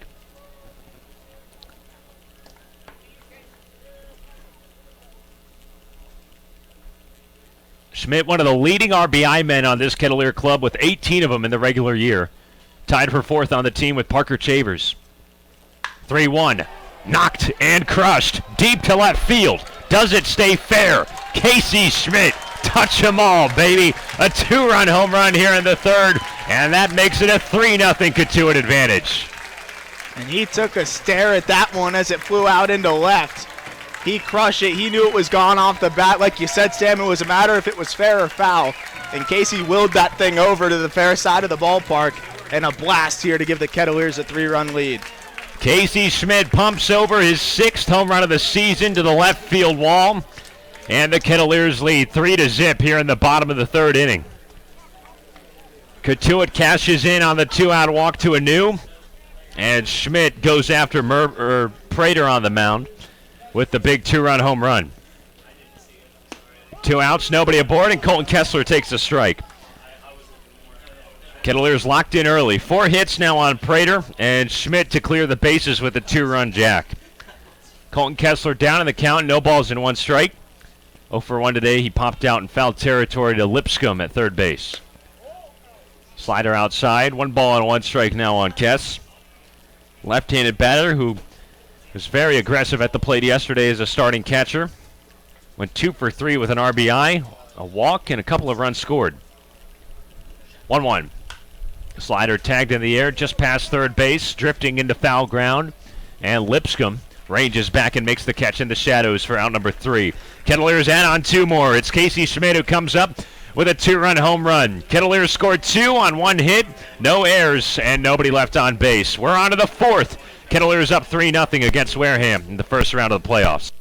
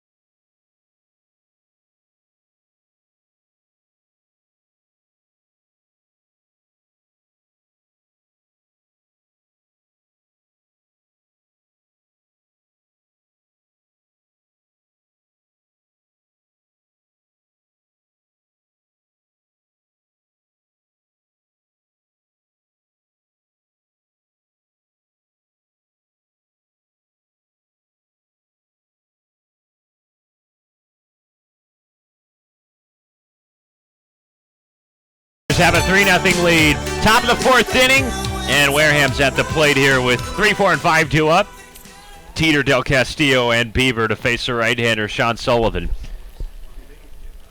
Cotuit with a 2-run home run from Casey Schmidt to make it 3-0. And Jacob Tito swings over the top of a slider outside. That's strike number 1.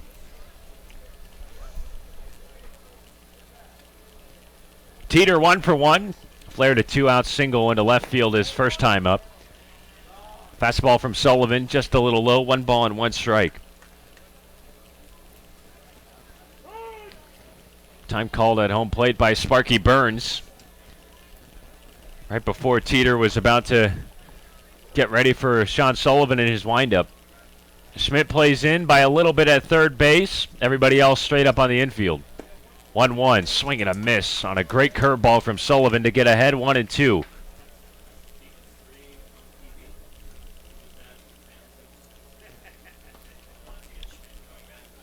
Schmidt now plays back at third. Here's the 1-2. Breaking ball down at the ankles. Even count now, 2-2. Cotuit home crowd packs it in for a playoff game on a Saturday afternoon at Lowell Park. 2-2 fastball outside. Full count now on Teeter. Third base grandstand packed to the gills. All the corners filled up. Plenty of hats and sunglasses. And the lawn chairs peppered across the left field line. 3-2 off-speed pitch driven into the left center gap. And that plunks down in front of Chavers for a single. Another example there of Sullivan executing his pitch. He got it on the end of the bat of the left-handed hitter there. Teeter again. But Teeter's just so good at muscling those pitches the other way. You see, that's why he finished in the top 5 in hits in the Cape League. It's because even when he misses, he gives himself a shot to pick up a base hit. Jacob Teeter generates his 49th hit of the entire summer. Finished up with 47 in the regular year. He's got 2 today in Game 2 of this first-round series. Adrian Del Castillo looks at a breaking pitch inside, ball 1. Del Castillo 0 for 1, struck out swinging against Sullivan to end the first. Kettleers ahead 3-0. Casey Schmidt with a big 2-run home run to add on to the advantage in the third. Sullivan out of the stretch. Teeter a short lead at first. And the 1-0. Yanked on the ground, past Gonzalez into right field. And it's back-to-back singles for Wareham here in the top of 4. Del Castillo's been seeing the ball well. 3 hits yesterday, and he's all over that fastball there from Sullivan. We talked about how good of a freshman season he had at the University of Miami. It was only a matter of time before he started turning it on here for the Gatemen, and he's been their best power bat all year long. Del Castillo has now had 4 hits and 6 at-bats this postseason against the Kettleers. Picks up a single here to move Teeter over to second. First and second with nobody out. And Dallas Beaver comes to the plate next. Left-handed batting DH from South Carolina. Beaver, the starting catcher for Wareham last night, went 0 for 2 with a ribby and a couple of sacrifices. Was also a hit batsman. This time Jerry Weinstein trades him spots with Adrian Del Castillo, who catches today and was a DH yesterday. 3-0 Cotuit. Corners playing in. And the first pitch to Beaver. Swing and a miss. Good slider from Sullivan to get ahead in the count. 0-1. Beaver 0 for 1, struck out looking against Sully in the second. 3-0 Kettleers, top of 4. First and second with 1 out. Mervis plays back at first. Schmidt in by a step at third. Oviedo shades Teeter up the middle at short. 0-1. Breaking ball dipped in at the knees. 73-mile-an-hour curveball from Sullivan. 1 ball and 1 strike on Beaver.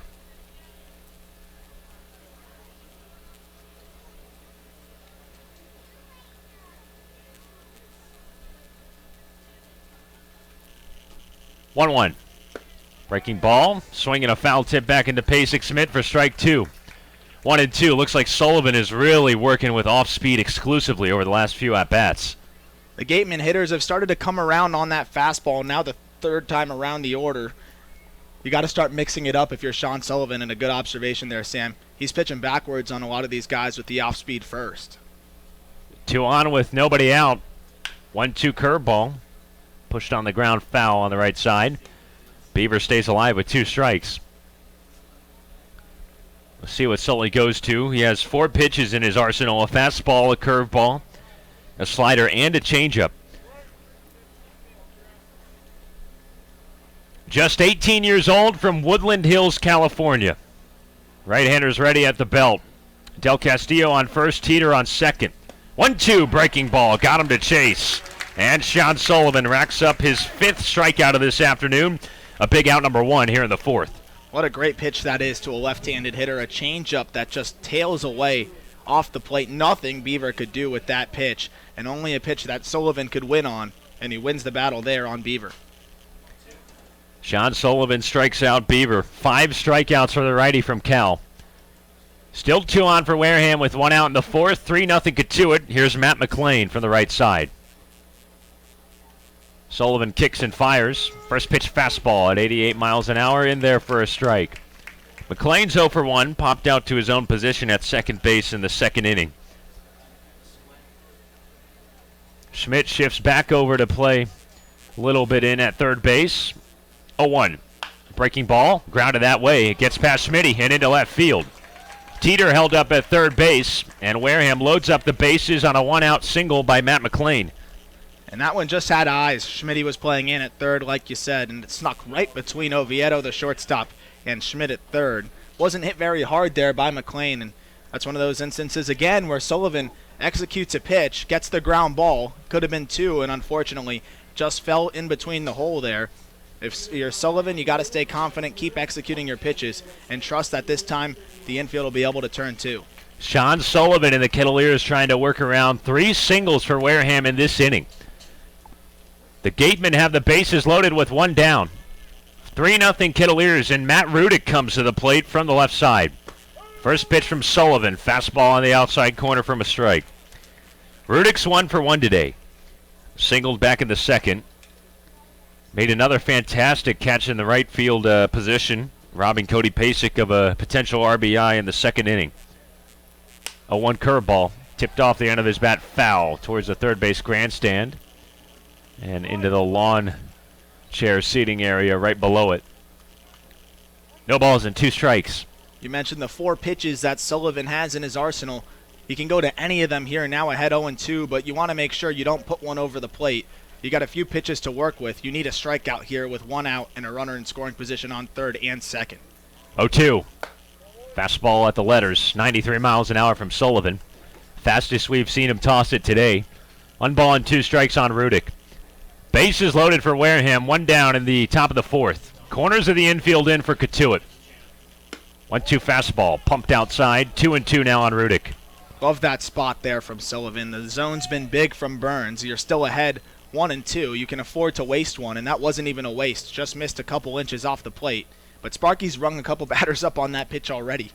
Sully out of the windup. 2-2, swing and a miss on a slider with some bite outside.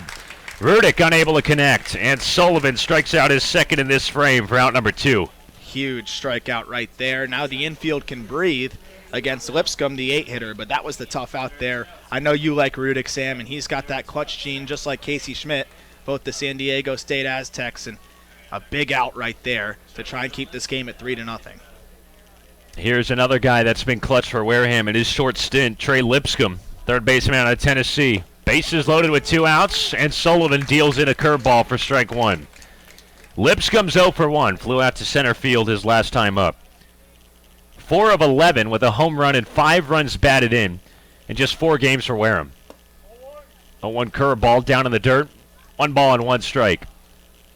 Lipscomb provided the game winner for Wareham last night, an infield single on the left side that won it for the Gatemen at home in the 10th. 1-1 fastball, grounded to the right side. Gonzalez plays on to Mervis. Kettleers get out of it unscathed. Sean Sullivan works around 3 hits and strands the bases loaded. A couple of strikeouts help him out too. And we've played 3.5. Kettleers still lead 3-0 on the Cape Cod Baseball Network.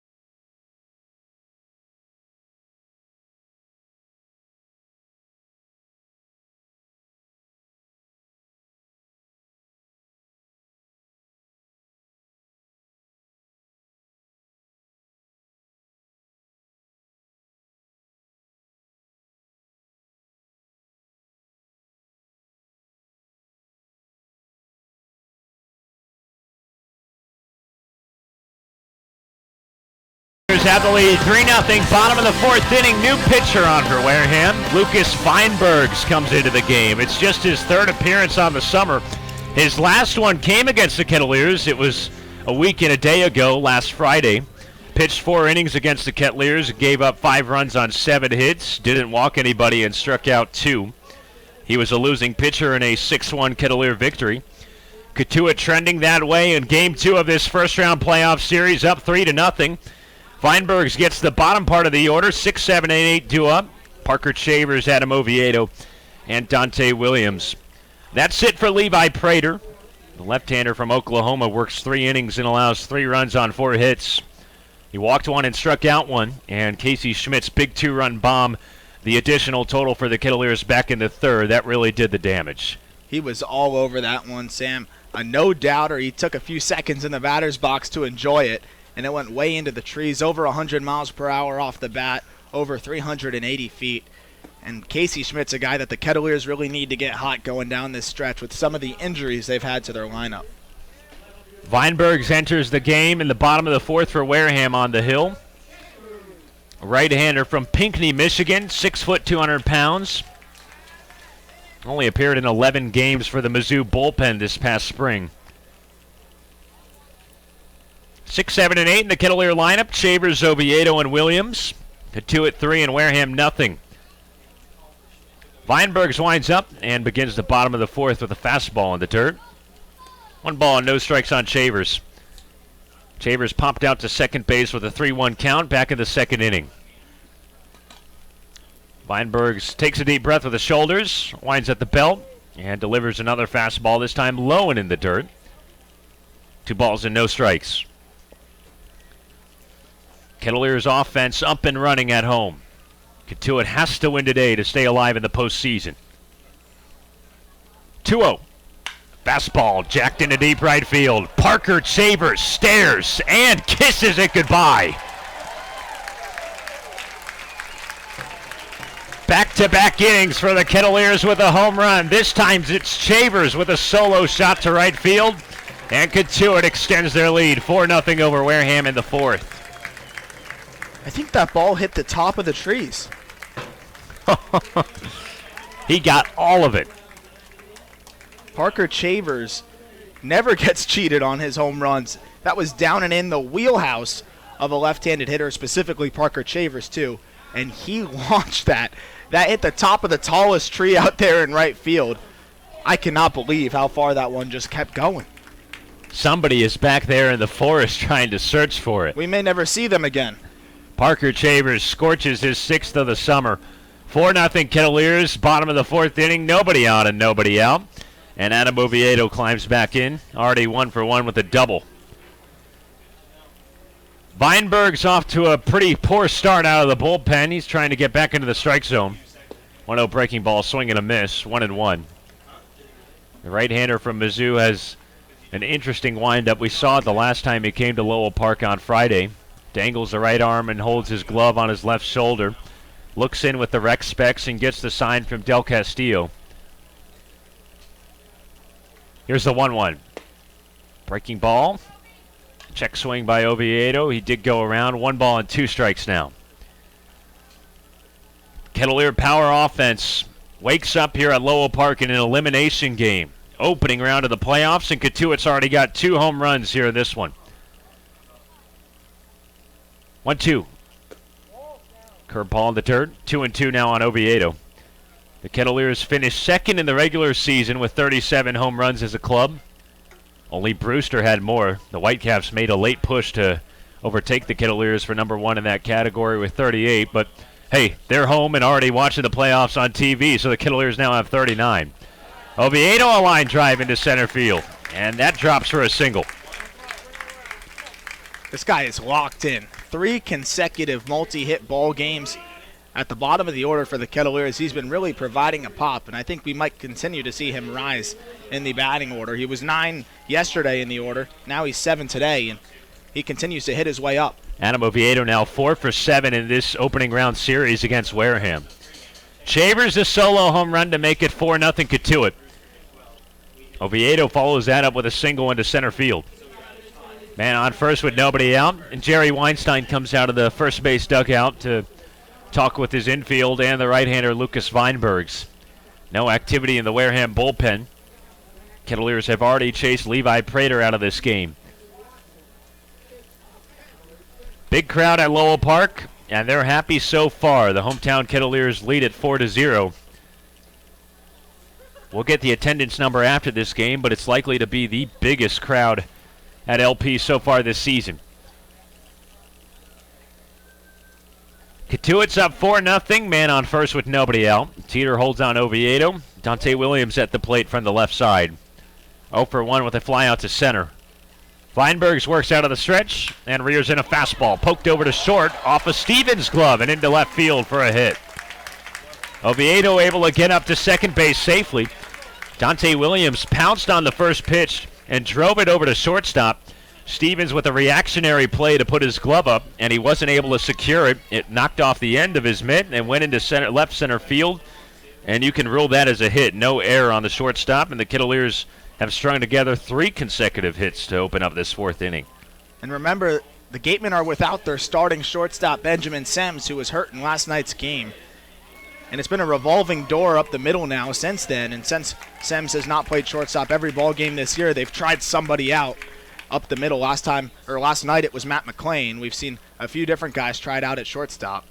Here's Cody Pasek, who shows bunt in a sacrifice situation and pulls back for ball 1. Chad Stevens is a natural third baseman as well, so he's out of position right now up the middle. Kettleers 4-0, bottom of the 4th, and now 2 on with nobody away. Pasek, the left-handed batter at the plate. Weinberg's the 1-0. Fastball a touch low, 2 balls and no strikes. Pasek leads the Cape League in sacrifice hits with 4 of them. Handles the bat well, a former ice hockey player. 0 for 1 today with a fly out to right field. He was robbed of an RBI by Matt Rudick on the run. Corners playing in, 2-0. Pasek breaks the plane on a bunt, doesn't get anything into play, and it's 2-1. That fastball was on the outer half, and instead of letting it get deep and bunting it deep in the box, he jabbed at it there. And you tend to miss it on bunts when you jab at it, or sometimes you'll pop it up. I think Pasek's fortunate that he missed that one. Teeter jogs in from first base to play heavy on the bunt, and Pasek fails to get it down. He bunts it foul off home plate. Even count now. Weinbergs comes back and makes it 2-2. Mike Roberts signals on his forearms and goes to the signs the old-fashioned way in the third base box. Kettleers already added another run in this inning. Parker Chavers with a solo home run to right. 4-0 Cotuit. First and second with nobody away. Pasek shows bunt and dips away on a fastball outside. Full count now. Mike Roberts rolls through the signs once again. Back-to-back singles after the Chavers blast. Williams the runner off first. Oviedo shaded by Stevens on second. Corners creeping in. Weinberg's a 3-2. Wild fastball on the other batter's box. Pasek aboard. Now it's the Kettleers' turn with the bases loaded in one and nobody out. Weinbergs bails out Pasek there. He wasn't able to get down the bunt. And there's few things scarier in baseball than having to try to get one down with 2 strikes. Of course, if you bunt it foul, well, that's strike number 3. Coach Roberts was trusting Pasek's ability to handle the bat there, and Weinbergs doesn't even make him try to bunt it. Walks him, and now it's bases loaded for the MVP. Nick Gonzalez 0 for 2 today. Bounced out to short his last time up. Infield playing back. First pitch from Weinbergs. Ripped into left. That's over Stevens and down for a hit. 1 run home in Oviedo. Williams given the stop sign at third. And Nick Gonzalez tacks on another. The MVP makes it 5-0 in the 4th. 4 hits already here against Weinbergs and a walk. All 5 batters he's faced have reached base, and the Kettleers are all over every pitch he's been throwing. Cotuit 100% perfect in this 4th inning. Chavers a leadoff home run. Oviedo a single and a run. Williams a single. He's on third. Pasek the walk. He's on second. And now Gonzalez drives in his 32nd of the summer. A single into left field. Stevens tried to leap for it at shortstop, and it just was a touch above his glove for the 8th hit of the ball game for the Kettleers. And Cotuit's got 4 of them in this 4th inning. 5-zip Cotuit. Game 2 of this first-round series. Wareham got Game 1 at home. An 8-7 decision in 10 innings. Kettleers getting some breathing space here at home. Out to a comfortable 5-0 start, and Jerry Weinstein comes out of the dugout again. Looks like he might want a pitching change, and he indeed does. That is it for Lucas Weinbergs. The Rec-Spect right-hander faces 5 batters and gives up 4 hits and a walk, including a couple of runs. Parker Chavers, the solo home run. Nick Gonzalez with the RBI single. And we'll go to the Wareham bullpen on the other side of this break. This is Cotuit Kettleers postseason baseball on the Cape Cod Baseball Network.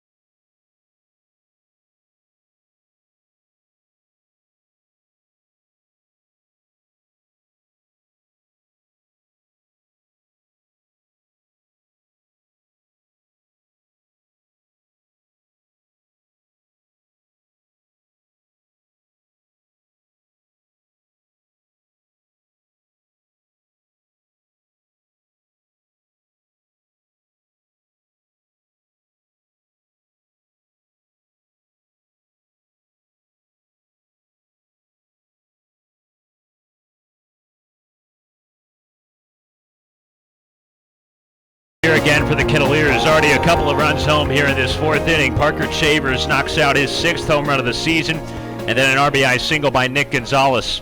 That prompts the second pitching change of the day for Wareham.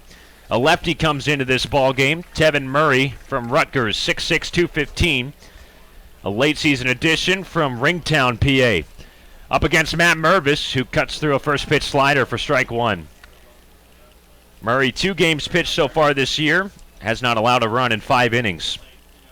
Bases loaded for Cotuit. Still nobody out in this inning. Wareham plays with the left side of the infield in. McLean in on the right. Teeter back at first. 0-1 fastball popped up to short left center field. Stevens runs back for it, and Ward slides in, makes the catch. Now guns to home. Williams slides in, and he's safe. The ball gets away from Del Castillo. Pasek trots into third. Gonzalez trails and slides at second. And the Kettleers tack on another. An RBI sac fly to shallow center by Matt Mervis.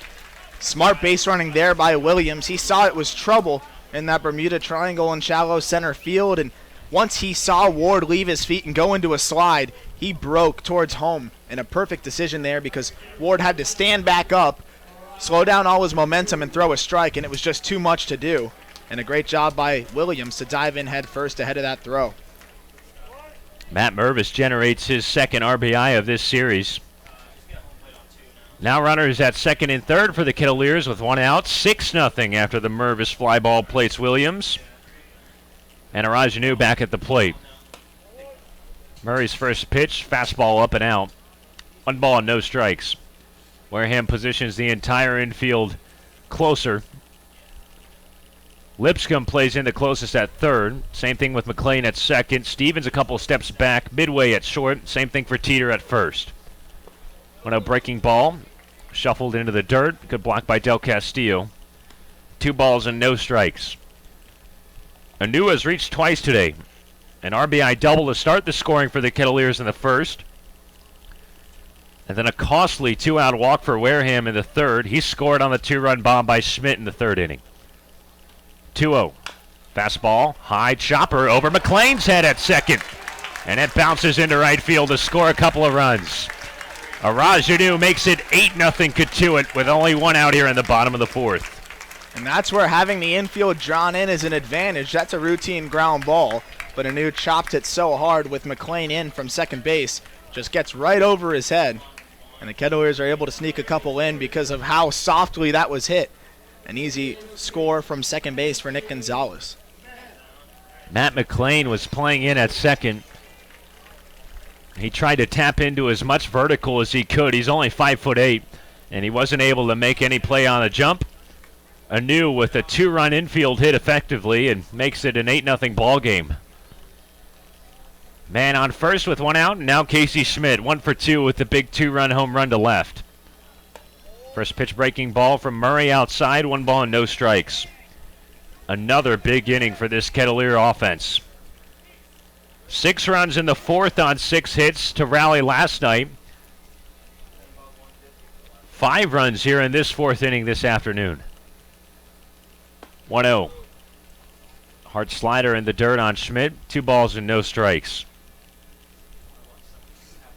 First 5 batters of this inning reached. Gonzalez an RBI single. Mervis the RBI sac fly, and now Anu a 2-run single. Those 4 runs after Parker Chavers led things off with a home run. Fastball on the outside corner, 2 balls and a strike on Schmitty. The Kettleers are wearing the practice uniforms again this afternoon. It's a player comfort thing. They like it better than the normal white pinstripe home uniforms. Those unis can be a little bit heavy. They're a little more different than your typical dry fit college unis. Breaking ball in the dirt, 3-1. A very old school feel to those pinstripe jerseys, and they're pretty heavy, like you said, Sam, and with the heat right now, you don't blame the players for wanting to wear those practice jerseys, but I'll be honest, the pinstripes look a lot better at home. Maroon tops on white pants for Cotuit. A 3-1 breaking ball, high and away. Schmidt works a walk. Schmidt goes down to first base, and New jogs into second. And another disastrous fourth inning for Wareham keeps on going. 9th batter to come to the plate this inning, Colton Kessler. 0 for 2 with a couple of pop-outs to third base. 5 runs already home in this inning. Chavers started it with a big shot home run that disappeared into the trees in right field. Then 3 singles sandwiched around 1 walk. And all those runs have come home to score. First pitch, slapped away foul on the left side into the netting by the grandstand. No balls and 1 strike on Kessler, the left-handed bat out of Kentucky. Wareham's in the road, blue tops on gray pants, blue caps with the red W on the front, red letters and numbers. 8-0 Cotuit, bottom of 4, 1 out and 2 on. Murray's 0-1, curveball way up and in, and it hits Kessler on the front shoulder, big time. The Kettleers load the bases for the second time in this same fourth inning. Colton Kessler a hit batsman. Schmidt goes up to second base. Anu the lead runner on third base. And Parker Chavers gets another crack at it for the second time in this inning. What's weird, too, is yesterday the Kettleers batted around in a fourth inning effort there. And it was an inning started off by a solo home run.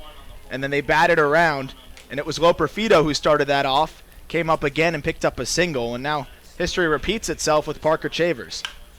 Chavers first pitch swinging. Hard foul ball in front of the Wareham dugout on the first base side. 0-1. Lucas Weinberg started this inning. He gives up the 5 runs on the 4 hits. Bases loaded for Murray out of the pen. 1 out and the 0-1. Great curveball, swing and a miss on a spinner down and away. Chavers in an 0-2 hole. 1 for 2 after his home run in the fourth, his 6th of the year. 8-0 Kettleers. Kessler on first, Smitty on second. and a Raj on third. 0-2. Swing and a miss. Another dipping curveball at 71 miles an hour. And Murray gets a much-needed out number 2 for Wareham. It's kind of one of those what goes around comes around things. Wareham swept Cotuit in the opening round of last year's postseason. And they won Game 2 here at Lowell Park thanks to a 10-run ninth inning. An agonizing inning for Cotuit in the field. The Gatemen batted around, and it seemed to take forever when the Kettleers put in at least 4 different pitchers. Adam Oviedo takes a strike on the outside corner, 0-1.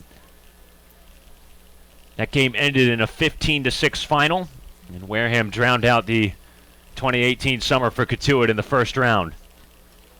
Bases loaded with 2 outs for Oviedo. 0-1. Curveball dropped below the knees. Ball 1. 1-1. Oviedo a perfect 2 for 2 at the plate today. Doubled in the second and singled and scored earlier in this 4th inning.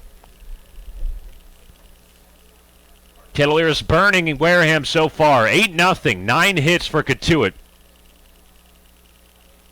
Swing and a miss at a hard fastball down and out. 1-2.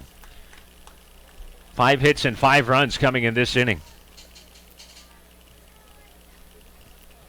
Could be payback for Cotuit at home after that big 10-run ninth for Wareham. Bases loaded with 2 outs. Here's the 1-2. Breaking ball, just spun back foul by Oviedo, able to stay alive. Of course, he does have the 1 grand slam in his Kettleer career. Came back in the 4th game of last season. Kind of. It counts in the scorebooks. It counts in the record books. If you don't know what we're talking about by now, I guess you're new. Adam Oviedo, a grand slam, the difference at Orleans. 6-2 back on June 16th, 2018. Another story for a different time, though. 2-2 after a breaking ball from Murray misses outside. Kettleers with 8 unanswered to begin this game, 5 in this inning. Home runs by Schmidt and Shavers leading the charge. Bases loaded with 2 down. 2-2. Fastball outside at 87 miles an hour. Full count. Cotuit crowd on the third base side starts to clap a little bit, sensing that this inning might still be strung along by the Kettleers at the plate. Bases loaded with 2 outs. Runners lead. They'll be in motion with a 3-2. The pitch. Curveball way outside, and the Kettleers lead 9-0. Adam Oviedo aboard for the 2nd time in this inning. Murray unable to find the zone with a 3-2 count. He walks in a run. Anu scores from third base. And the carousel keeps on moving for Cotuit. Here's Dante Williams again.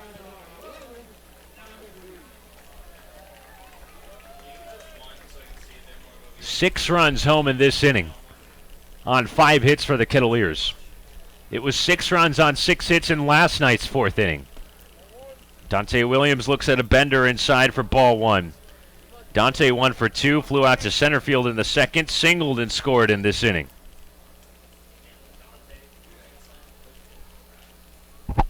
Nobody holds on the runners for Wareham on the infield. Murray's 1-0. Fastball tagged on the inside corner, 1-1. Kettleers in position to even up this 3-game series. It would set up for a Game 3 winner go home. That would be tomorrow in Wareham. 1-1. Breaking ball. Yanked it on him. Swing and a miss. 1-2. Murray's got a pretty good curveball out there. Just hasn't been able to find the zone. The fastball, he hasn't had a feel for it. He's located the curveball 3 times to Parker Chavers, but since then it's been a struggle. Time called by Sparky Burns at the plate. Wareham scored 10 runs on 9 hits in that 10-run 9th inning just a little under a year ago. 1-2 breaking ball. That's on the inside corner. It zips up Williams. A strikeout looking to finally get Wareham out of this inning. But Cotuit strikes. A monster 6-run 4th inning at the plate for Cotuit. 12 batters come to the plate. 6-run score on 5 hits. No errors and 3 left on base. And now the Kettleers extend their lead. Cotuit's jumped out to a 9-run advantage. 9-0. We're going to the 5th here on the Cape Cod Baseball Network.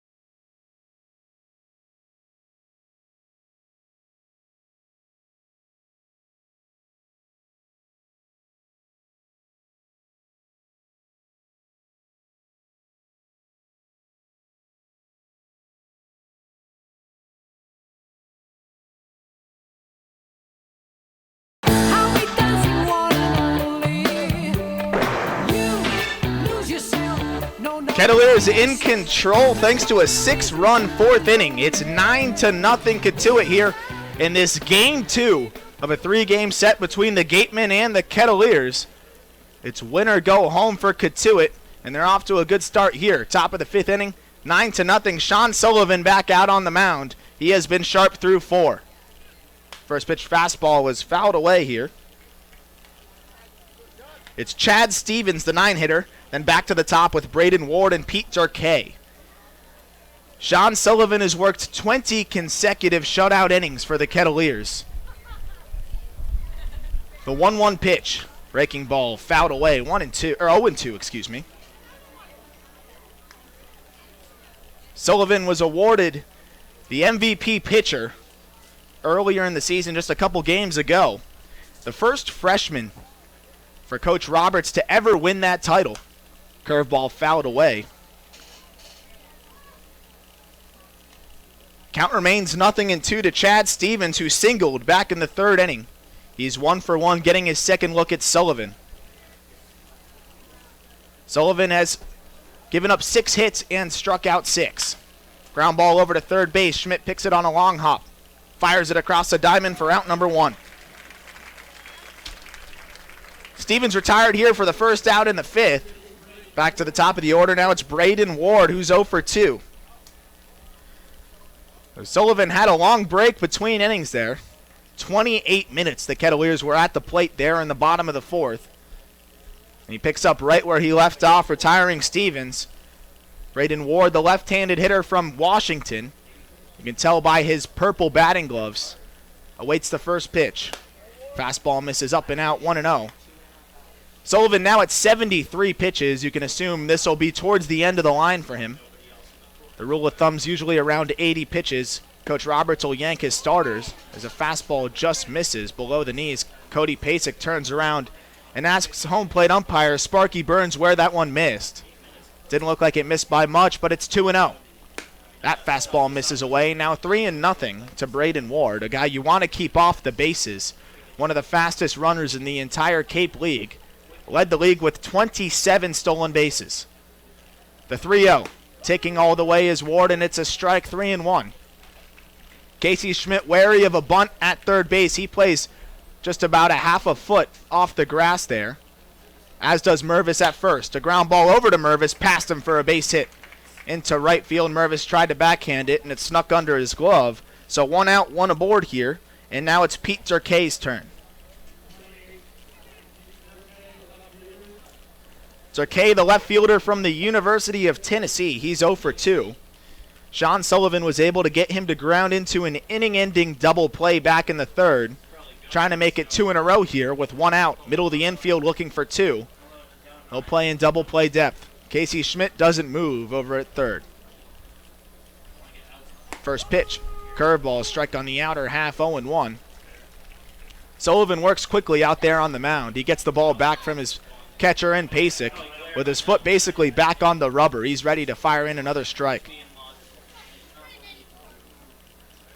Pick off over to first base. Ward dives back. He had a modest lead over there anyways. We talked about the 27 stolen bases from Ward. He added one more yesterday. The Gatemen had 3 as a team against the Kettleers, but not a stolen base situation here, trailing by 9. The 0-1. Fastball dots the corner, 0-2. 55 strikes as opposed to 25 balls for Sullivan, who's been a strike thrower all season long. Turkey, one of the latest arrivals for this Gatemen team from the University of Tennessee, making just his 5th start. 0-2 misses up and in. He limbos out of the way. Now 1-2. Jacob Teeter, the Gatemen's best hitter, waits on deck. Casey Schmidt drops back over at third and has some more breathing room with 2 strikes. The 1-2. Line drive out into right center field. That'll fall for a base hit. Could be extra bases. Going around second into third is Ward. Williams bobbles it, and Ward's going to be waved home. No throw at the plate as he scores the first run of the ball game for the Gatemen. A double there by Pete Turkey puts Wareham on the board here in the 5th. Wareham was due. They're getting outscored 9-1, but they're almost even with the Kettleers on hits. The Kettleers have 9 hits, and that's Wareham's 8th hit of the day. The big turning point right now was the top of the 4th inning. Sullivan able to get out of the bases-loaded jam after 3 one-out singles. And then the Kettleers flipped the table in the bottom of the 4th and posted up 6 runs on 5 hits. So the Gatemen end Sean Sullivan's scoreless streak at 20 1/3 innings. Now he's looking to limit the damage with Turkey at second and Jacob Teeter at the plate. First pitch to Teeter's popped up to the left side of the infield. Shallow left, drifting back is Oviedo. He calls off Chavers and makes the grab for out number 2.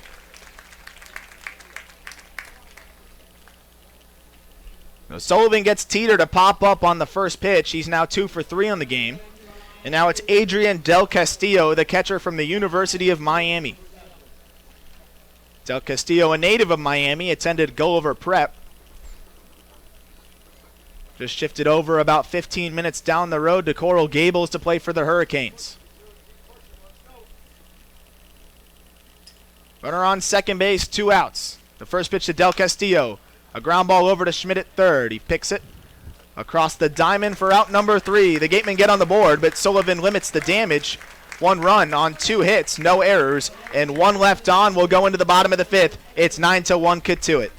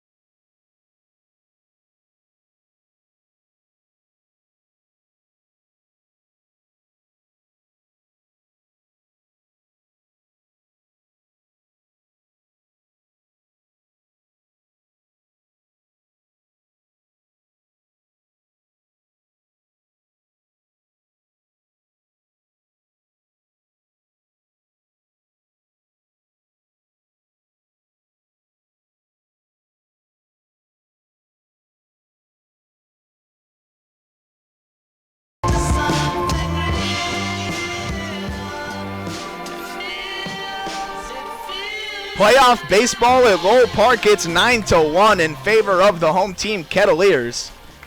Kettleers look to add some more runs here. The Gatemen got one back in the top of the fifth. And now it's Cody Pasek, Nick Gonzalez, Matt Mervis, 9-1-2. First pitch to Pasek, a fastball, 88, blown by him, 0-1. All 9 Kettleers have reached base in this one. Pasek walked in his last at-bat and later scored in the fourth. Takes a ball inside, 1-1.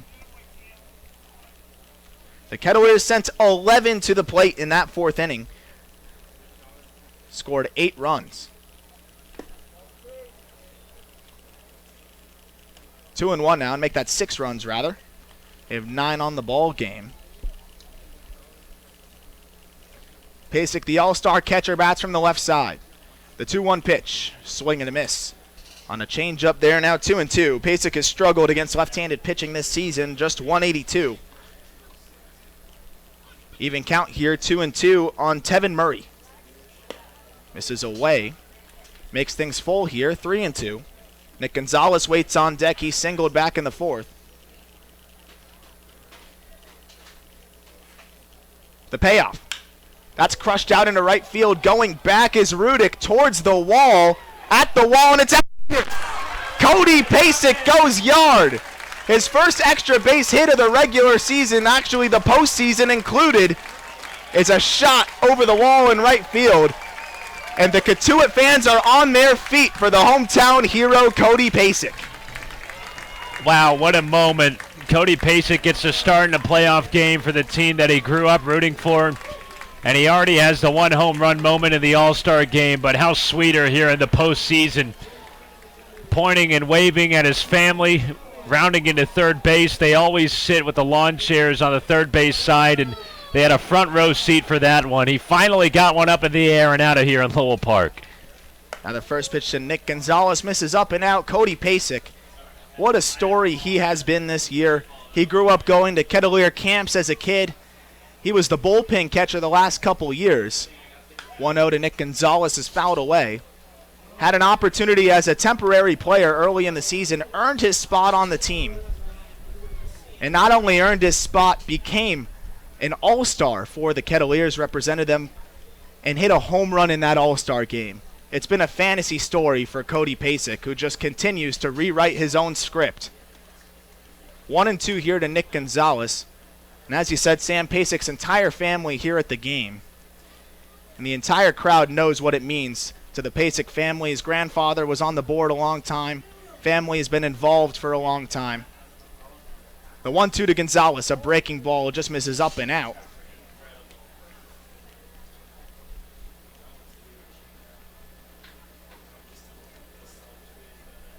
Gonzo 1 for 3. He singled back in the fourth inning. 2-2, misses away, 3-2.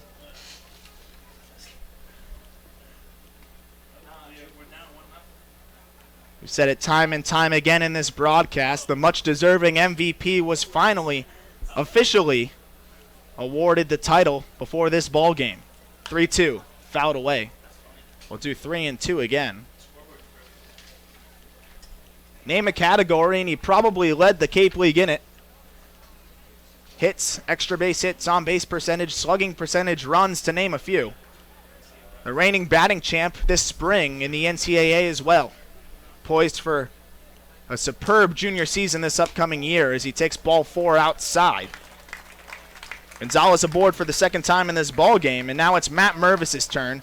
But before that, Jerry Weinstein's going to go to the bullpen. He wants a new pitcher for Matt Mervis, the 2-hitter, with no outs here in the fifth. Another pitching change, the third of the ball game for the Gatemen, and we'll be back on the other side of the break with the new pitcher.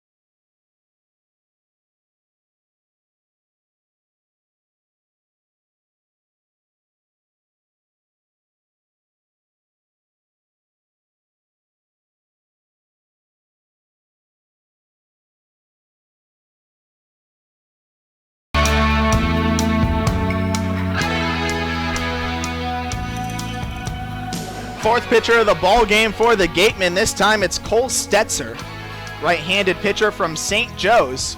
He's making his 6th appearance. He's 0-2 with a 5.82 ERA. He's pitched 17 innings, struck out 14, and surrendered 20 hits. He gets Matt Mervis with no outs and a runner aboard here in the 5th.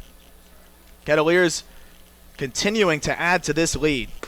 First pitch fastball swung through by Mervis, 0-1. Stetzer's last outing, he picked up the loss at Bourne. 4 innings, 2 earned runs, 4 hits, 1 walk, and 1 K.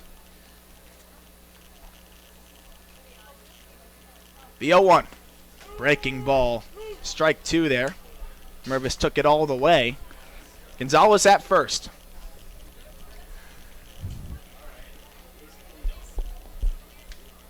(0-2) to Matt Mervis, the left-handed hitter from Duke. He lines one out into right field. Rudick back and makes the grab on his outstretched glove for out number 1. Mervis gives it a ride, but just not quite enough juice on that one, and there's 1 out with 1 aboard for Rajanu.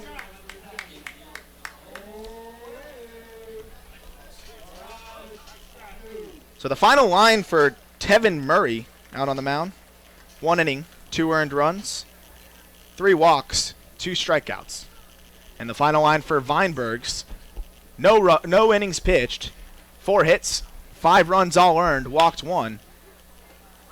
Hard hit ball that teetered bobbles, kicks it up in the air. Look what I found as it lands right back into his glove. He tags first for out number 2. So Teeter gets lucky there on a hard hit ball by Anu. Gonzalez able to advance to second. Clever play by Teeter there to stay with it. The Kettleers now have 4 home runs in this series against Wareham. 3 of them today. And 3 out of the 4 home runs this postseason have led off the inning. Last night, Loperfido in the 4th. Today, Parker Chavers in the 4th. And then Cody Pasek here in the 5th. That's a great way to get a leg up on your opponent and just feast off of them. First pitch curveball is grounded up the middle. It's going to be a tough play for the shortstop Stevens. He throws on the run and just gets a hustling Casey Schmidt for out number 3. But the Kettleers add another one on a Cody Pasek home run. His first extra base hit of the summer if you exclude the All-Star game. And that was a moment indeed. Kettleers in control here. We'll go into the 6th. Sam Niederman takes over.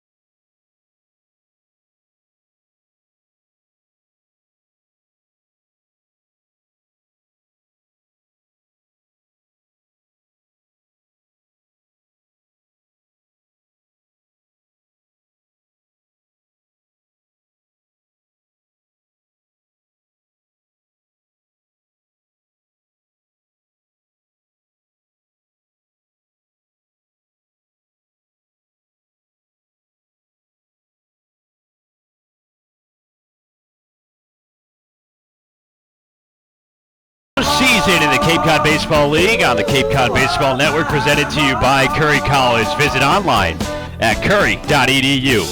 And by Cape Cod Healthcare. Cape Cod Healthcare, expert physicians, quality hospitals, and superior care. Top of the fifth at Lowell Park. Kettleers all over Wareham, 10-1 in Game 2 of this first-round playoff series. Kettleers looking to even the score in the series and force a Game 3 tomorrow at Wareham. A new pitcher on for Cotuit here in the sixth inning, rather.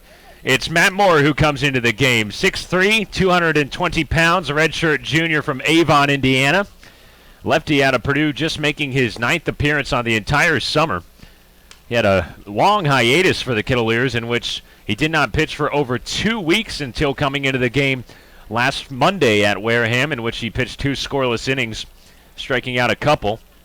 An all-star, finished up the regular season with a 1-0 record with .67 earned run average, 13 1/3 innings pitched, 11 strikeouts, 5 walks, and 8 hits allowed. Kettleers on top, 10-1. Top of the sixth, middle of the order, 2 up for Jerry Weinstein's Wareham Gatemen, 5, 6, and 7, and it begins with a pinch hitter. Mike Antico comes to the plate for Dallas Beaver. Left-handed batter out of St. John's, and he flies the first pitch he sees into left field. Caught by Shavers for out number 1.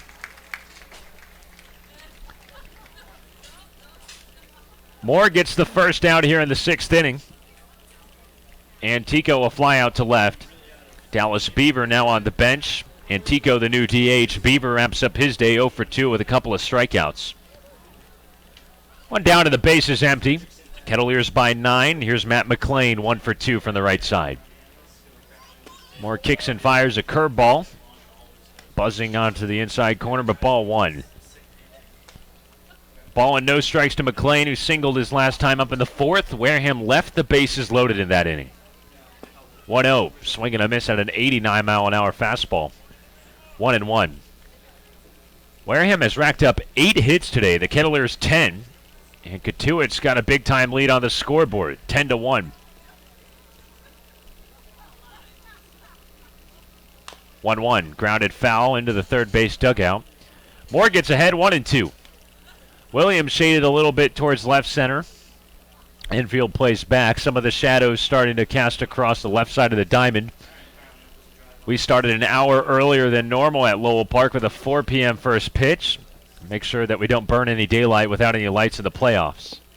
1-2 change up in the dirt, smothered by Pasek, 2-2. Wareham finally got on the board with an RBI double by Pete Durkay in the top of the fifth. Kettleers added another in the bottom of 5. Cody Pasek with a solo home run. 2-2 fastball lifted in the air, right center field. Williams tracks over that way and spots it for out number 2.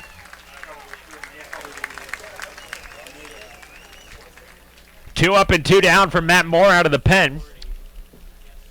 Base is empty, and here comes Matt Rudick, left-handed batting right fielder from San Diego State. 1 for 2 today with a single and a strikeout his last time up. Sean Sullivan positions himself as the winning pitcher for the Kettleers in this elimination game. 5 innings for Sully on the hill, 1 run allowed on 8 hits, no walks and 6 strikeouts. Rudick takes strike 1, a curveball in the inside corner.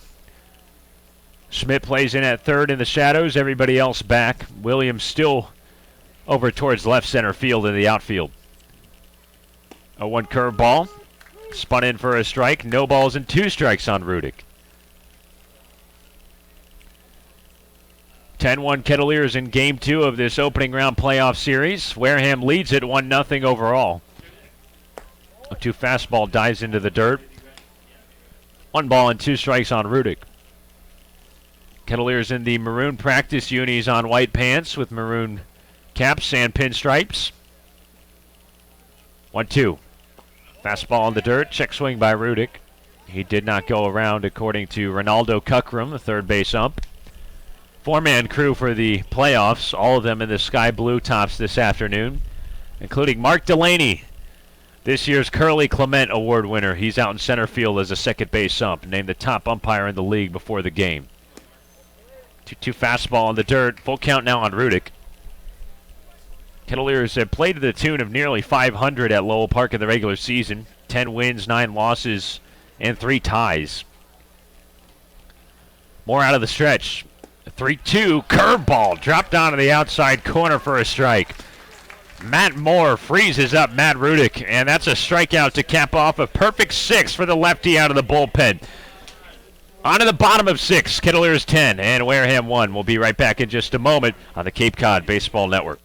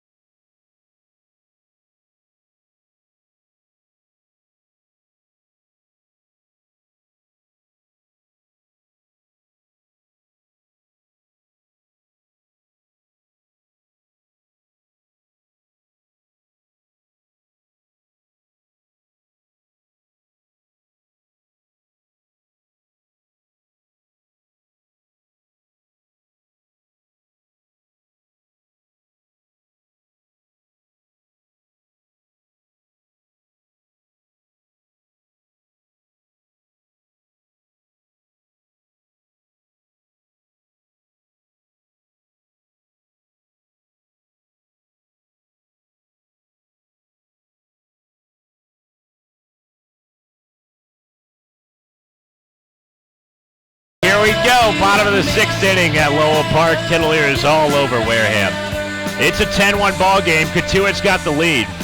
10 runs on 10 hits for the Kettleers today. 3 big-time home runs. Shavers, Schmidt, and Pasick getting in on the long ball for the Kettleers. Now up to 41 dingers on the season as a team. 5, 6, and 7 due up. Colton Kessler, Parker Shavers, and Adam Oviedo. And Cole Stetzer, the right-hander from St. Joe's, deals in ball 1, a curveball in the dirt. Kessler 0 for 2 today, a hit batsman back in the 6-run 4th inning for the Kettleers. Left-handed bat at Kentucky. Swings over the top of a changeup, 1 ball and 1 strike. Sam Niederman, Aram Layton with you in the booth. Jacob Cohen driving the bus behind us, Josh Rothstein as well. Al Gladstone even getting on the megaphone in the third base grandstand to pump up the Kettleer crowd with the have a hit chant during the last break. 1-1 changeup in the dirt, 2-1.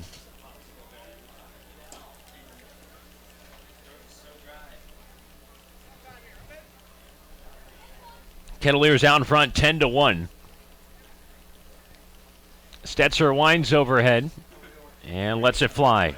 2-1 changeup, swing and a miss. 2 balls and 2 strikes. Let's take a look at the Cape League scoreboard. Was an awesome night of postseason ball yesterday.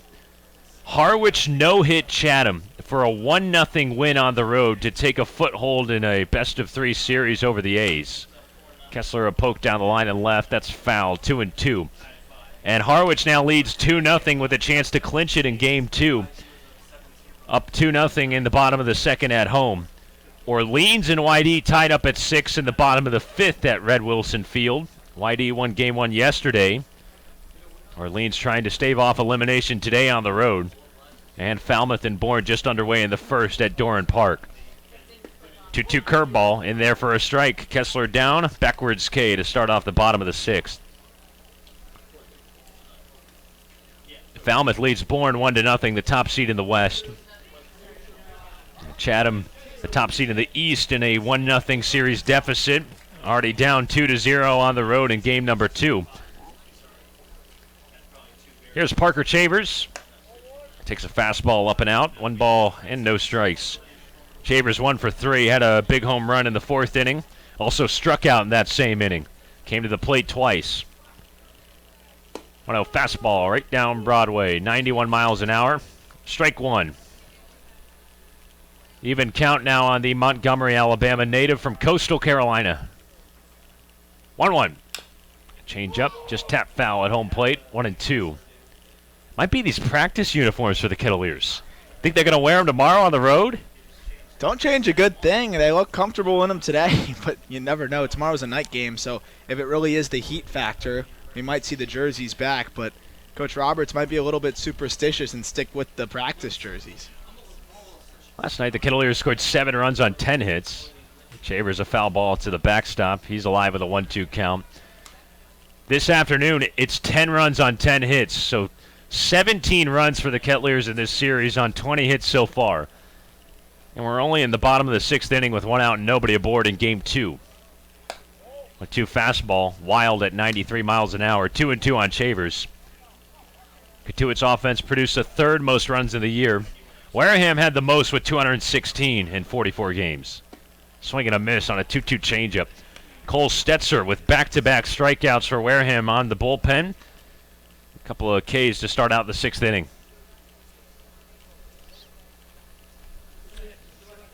Two down, nobody on. Kettleers out in front 10-1. And here's Adam Oviedo, who has reached in all 3 plate appearances. A couple of singles in the 4th inning, 1 run scored, and a double back in the 2nd. Lined up by Stetzer, first pitch. Fastball way down and outside. 1 ball and no strikes.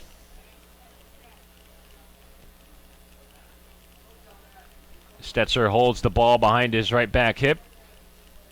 Meets it into the glove. 1-0 curveball downstairs. 2 balls and no strikes. A win today by the Kettleers, who lead 10-1 in the bottom of the 6th inning, would not guarantee another game at Lowell Park this summer. Cotuit would have to win tomorrow at Wareham to win the series in 3 games and advance to the next round. 2-0 fastball upstairs, 3 balls and no strikes on Oviedo. This summer marking the 73rd season of Kettleers baseball and baseball at Lowell Park. One of the gems in the Cape League, surrounded by greenery in the forest right off the Cotuit Bay. Fastball upstairs at the letters. Ball 4 to Oviedo, who's aboard for the 4th time this afternoon. He works a 2-out walk in the home half of the 6th. Cotuit, as a village in the summer, so ingrained with baseball, this community lives and breathes it. If you're driving along 28, going down towards Hyannis, or maybe coming back towards Falmouth in the bridge, you'll see the Cotuit Center for the Arts, and you can hook a left onto Main Street, go past all the trees and cottages, and then stumble upon Lowell. Dante Williams, the next batter up, and he takes a breaking pitch outside, ball 1. Williams 1 for 3 with a single and a run scored in the 4th. He also struck out looking to end that inning. Lowell Park just nestled off of Main Street, and of course, so many of the signature spots in Cotuit right along that same strip. Fastball in at the belt for a strike, 1-1. Of course, Coach Roberts' cottage, signaturely located on the corner of Main and School Street, with its famous Kettleers baseball sign out in front. Fly ball by Williams, out into right field. Rudick going back, and he's able to reach up and make the catch over the shoulder for out number 3. At this rate, Coach will be able to put up another game on the sign tomorrow and say Cotuit at Wareham for game number 3 of this first round series. We're on game number 2, and the Kettleers lead 10-1 after 6 innings of play. On to the 7th here on the Cape Cod Baseball Network.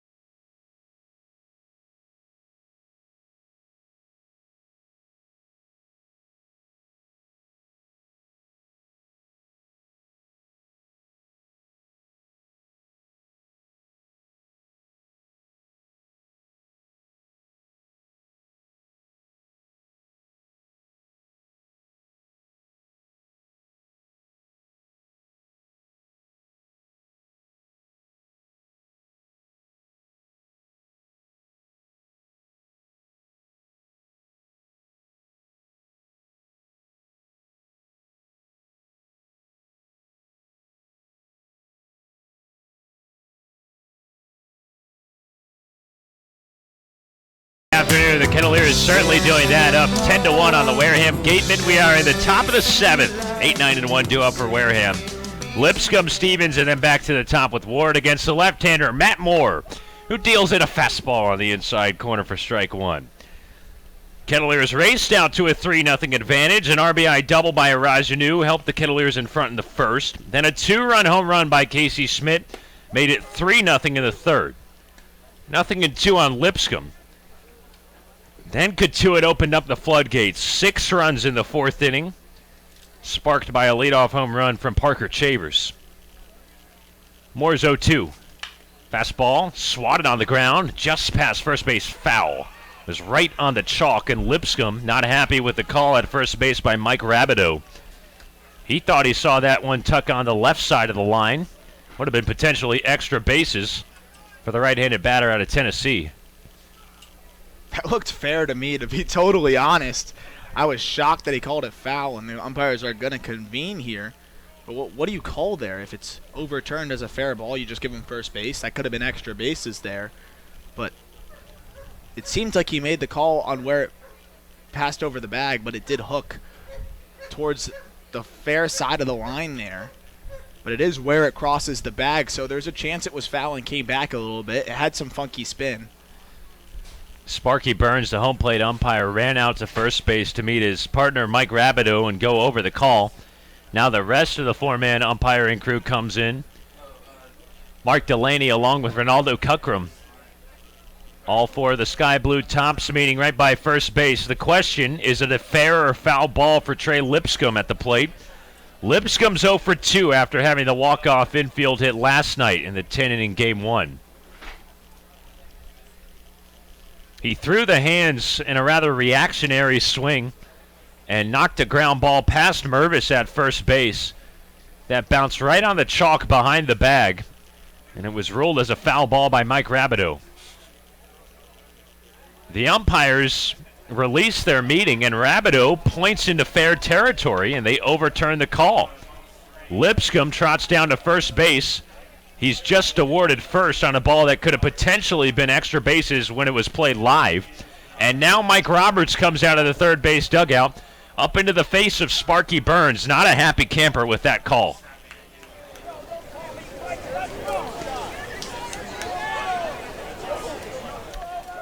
Mike Roberts face-to-face with Sparky Burns, one hand on his hip, and then waving his notebook around in his right hand. Now pointing to first base, and it looks like Coach might want to go out there and talk with Mike Rabideau, still yelling at Sparky Burns.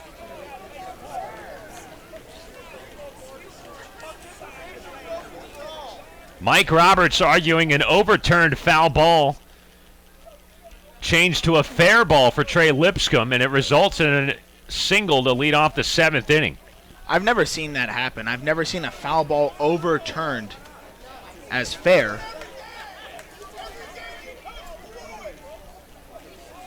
Jerry Weinstein just looks on, clutching the chain link guard on the dugout on the first base side.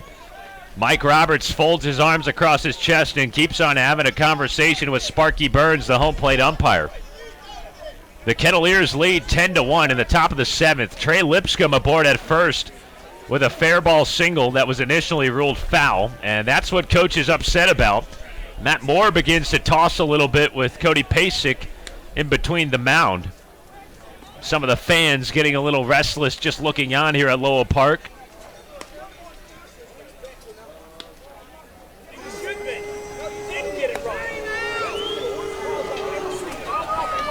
Mike Roberts, if you just heard him right there, is saying that's one of the worst calls I've ever seen, and no, he did not get it right. And now Mike Roberts wraps up his conversation with Sparky Burns and points and jabs towards Mike Rabideau, the first base umpire, who just stares back with his hands on his hips. Sticking to the call reversal, it's a single for Trey Lipscomb to lead off the 7th for Wareham. Stranger things have happened, and it gives Wareham a little bit of a pulse in Game 2 of this first-round postseason series. Kettleers have a vice grip on the game, up 10-1. Lipscomb aboard at first base with a 9th Gatemen hit of the day. And here's Chad Stevens, who comes to the plate, 1 for 2 with a ground out to third his last time up. Matt Moore sends in a fastball, and it's flown into right center field. Williams comes over and high points it for out number 1. Don't think I've ever seen a call reversed all summer in the Cape League, and it happens in Game 2 of a postseason series. Especially a fair or foul base hit. Usually they just go with the initial call. That's another thing I don't think I've ever seen overturned in my entire life, especially at this level where you don't have replay and things like that. To have that overturn there when it was right in front of Mike Rabideau for the home plate umpire Sparky Burns to overturn it, you can understand Coach Roberts' frustration. 1 on with 1 out. Moore slings it over to check on the runner, and Lipscomb, who dives back in on the chest. Wareham back at the top of their lineup for the 4th time this afternoon. Braden Ward carrying a 1-for-3 day with a single, and the only run scored for the Gatemen on the road. He pops one up on the left side of the infield. Oviedo extends the arms and calls for it. Out number 2 here in the 7th. Lipscomb leads things off with a single. Once called foul, then overturned to fair. Mike Roberts argues for a good 2.5 minutes or so. Then Chad Stevens came up and flew out to center field. Ward the pop out to shortstop. Now 2 outs for Matt Moore on the rubber, and here's the number 2 batter, Pete Durkay. 1-for-3 with an RBI double. First pitch, yanked into the air down the right field line. Anu sprints over towards it and makes the catch right on the spray paint. Twisting back for out number 3. Matt Moore and the Kettleers work around a leadoff single. No runs on 1 hit, no errors, and 1 man left on base. And we're on to the bottom of the 7th. It's stretch time in the playoffs at Lowell Park. Kettleers 10 and Wareham 1.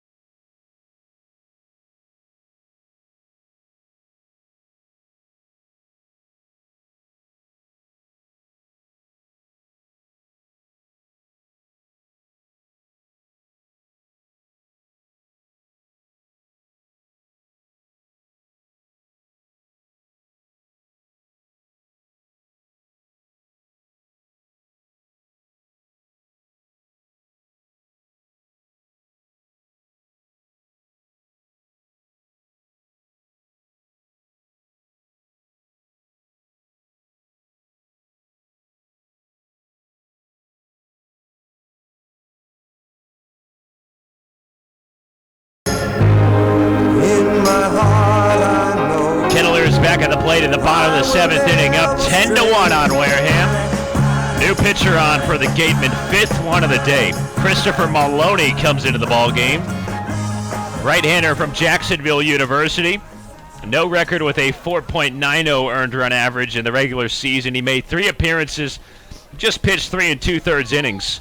striking out 3, walking 4, and allowing 2 hits. He did pitch against the Kettleers at Lowell Park last Friday, went a scoreless inning and struck out a couple. 9-1 and 2-2 up for Cotuit in this one. Pasek, Gonzalez, and then Mervis. Pasek 1 for 2 with a big solo home run, his first of the year. And it came at his home ballpark in front of his family to put the Kettleers up 10-1 at the time, and that's where we stand here in the bottom of the 7th. Maloney starts out with a fastball way up and outside. 1 ball and no strikes.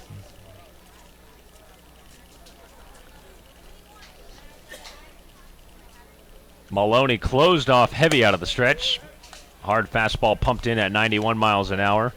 Too high, though. 2 balls and no strikes. Kettleers offense clicking in every form today. 10 runs on 10 hits. 2-0. Fastball right down the middle for a strike. The outburst at home for Cotuit, potentially setting up a Game 3 to decide this best-of-3 series at Wareham tomorrow night. It'll be a 6:45 p.m. first pitch. 2-1 fouled back into the chain link fence. 2-2 on Pasek. Kettleers lost Game 1 at Spillane Field last night, 8-7 in 10 innings. They've responded today at home in Game 2. Excellent pitching from Sean Sullivan, 5 innings, only allowing 1 run on the mound. And Matt Moore has gotten the last 6 outs on the hill. Looking to close it out potentially, too, with the 8th and 9th coming up. 10-1 Cotuit, bottom 7. Nobody on, nobody out. 3-2 to Pasek. Fastball up. Ball 4. Pasek aboard with his second walk of the afternoon, and he leads things off here in the 7th for Cotuit. Pasek seeing the ball really well today. That's his second walk, and he, of course, had the home run. And a guy that if he can get going along with Kessler to have 2 catchers that can start swinging the bat a little bit better in Donovan's glove, they could have a nice little depth trio behind the dish. Pasek aboard at first with nobody away. Nick Gonzalez next up. Right in and batting second baseman. Cape League MVP, 1 for 3 today with an RBI hit. A run scored and a walk his last time up. He chases a fastball outside here for strike 1.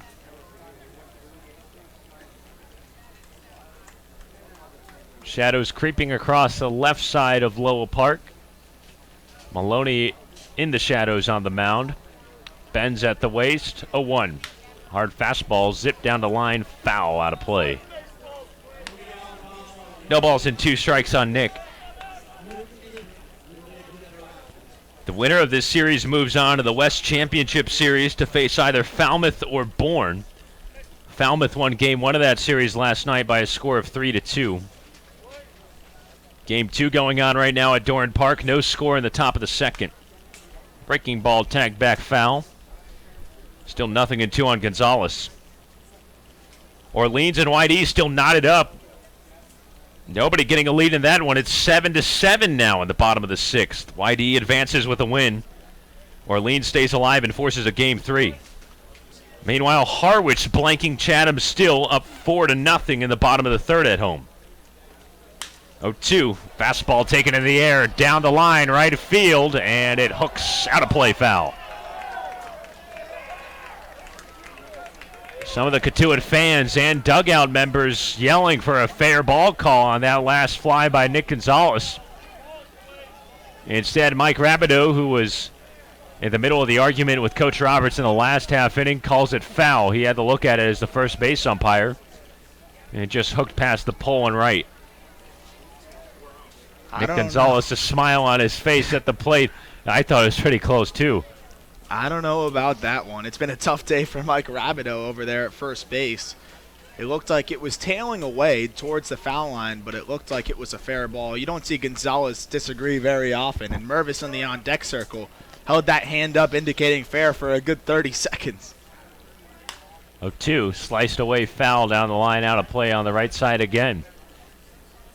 Chatham does not have a hit through 3 innings now, so that's 12 no-hit innings at the hands of Harwich to start this series off. Wow. Harwich finished the year with the 2nd best ERA in the league. Antonio Menendez with 3 shutout innings so far. He has walked 1. Man on first with nobody away. Gonzalez looks at a changeup on his thighs for ball 1. Harwich, the 4 seed in the East. They snuck in over Brewster and were able to dispatch the Whitecaps with a couple of games to go in the regular season to clinch that final spot. They're your pick to make it to the final. I could very well see it. Here's a 1-2. Slider high and away, 2-2. Pitching wins games out here, and Steve Englert has pieced together a really good staff, spearheaded by former Kettleer and all-star Joe Boyle. Big flamethrower out of Notre Dame who hits 100 on the radar gun. 2-2 fastball, just a little bit below the knees. 3-2 now. Pasek led things off with a walk. He's on first. Nobody holds him on. 10-1 Kettleers in the bottom of the 7th. Maloney gets back onto the rubber. 5th pitcher used for Wareham today. Right-hander out of Jacksonville U. 3-2 fastball down in the dirt in the other batter's box. Nick Gonzalez comes up with his 2nd walk of the day. He climbs out of an 0-2 hole and gets first base. Consolation prize in an at-bat that might have produced an opposite field home run, but instead it was called foul. The Kettleers will take it. They got 2 on with nobody away for Matt Mervis. Larger talking point, though, Nick Gonzalez continues to show the power the other way. Whether it was fair or foul, it still went 340 feet the other foul line away from the right-handed hitter. First pitch to Merv, swinging a foul back into Del Castillo's glove. Strike 1. Mervis singled and then scored the first run of this game back in the first inning. Arajanu with the RBI double. 9 runs and 8 hits later, the Kettleers lead 10-1 in the 7th. A 1 breaking pitch, framed to the outside corner by Del Castillo. 0-2. Mervis a strikeout in the 3rd. A sac fly to shallow center field in the 6-run 4th. That scored a run, and then a fly out to right field in the 5th against Cole Stetzer. Maloney's ready. 2 on with nobody out. 0-2. Fly ball, deep right field. Rudick moves over to his right. Camps under it, and he's got it for out number 1. Pasek tags and hustles into third base. Matt Mervis with another productive out to put runners on the corners with only 1 out here in the home half of the 7th. He just missed that. You saw how towering that fly ball was. If he got on top of it just a little bit more, that would have coasted out of here. Mervis has the type of power where he can miss underballs and they'll carry out of the yard. That time missed just too far under that fastball.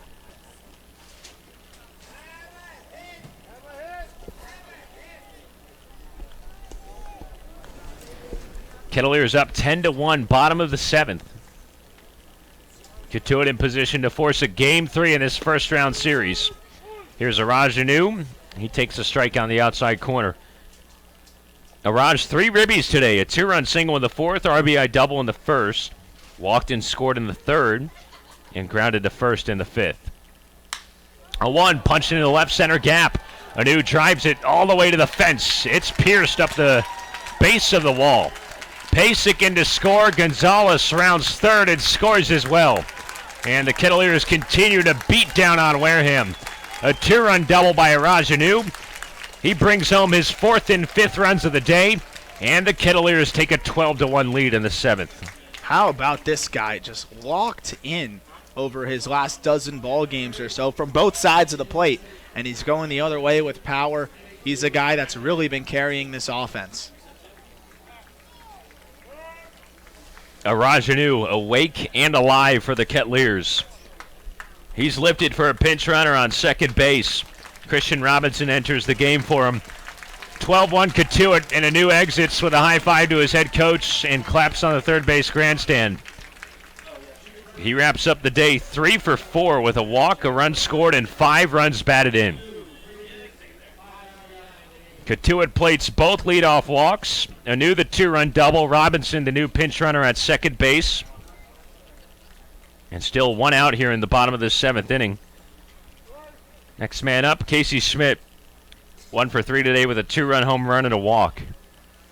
First pitch from Maloney. Swing and a miss on a 91-mile-an-hour fastball.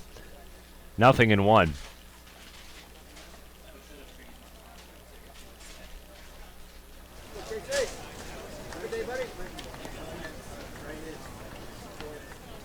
Maloney ready out of the stretch. 0-1. Changed him up, swing and a miss. Had Schmidt way out in front of it. No balls and 2 strikes.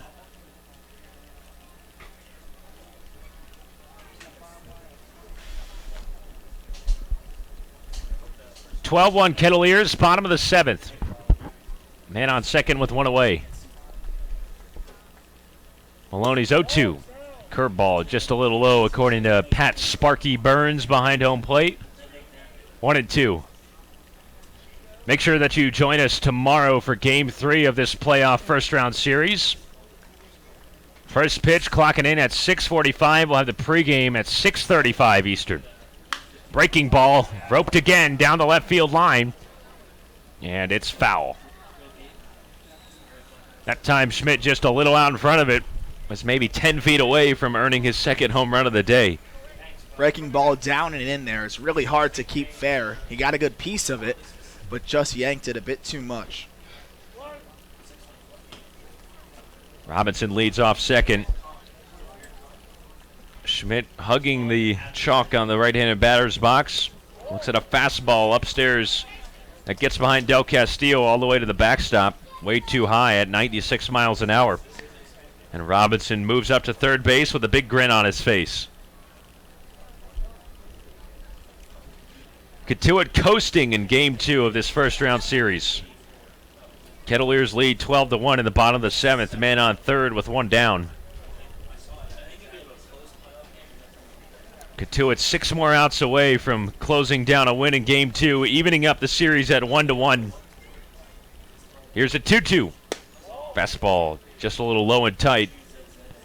3 balls and 2 strikes now on Schmidt. Wareham's problem today has been walks. 2 from Maloney in this inning have already scored. Grand total of 8 of them for the Gatemen pitching staff. 3-2. Breaking ball, just a little inside, and Schmidt works his second walk of the game. Third walk from Christopher Maloney in this inning. 9th walk for Wareham's pitching staff. And now runners on the corners again with 1 down. Here comes Colton Kessler. 0 for 3 today as a hit batsman back in the 4th. Struck out looking in the 6th.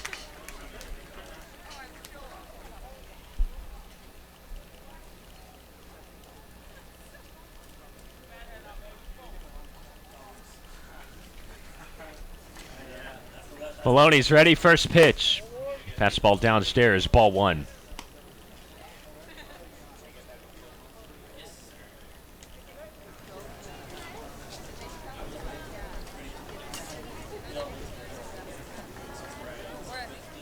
(1-0). Breaking ball high and away. 2 balls and no strikes. One pitcher getting loose for Wareham in their pen. Out in right field, a right-hander and a subby. We'll get an idea on that as soon as possible. 2-0 fastball on the inside corner for a strike. 2-1 now on Kessler.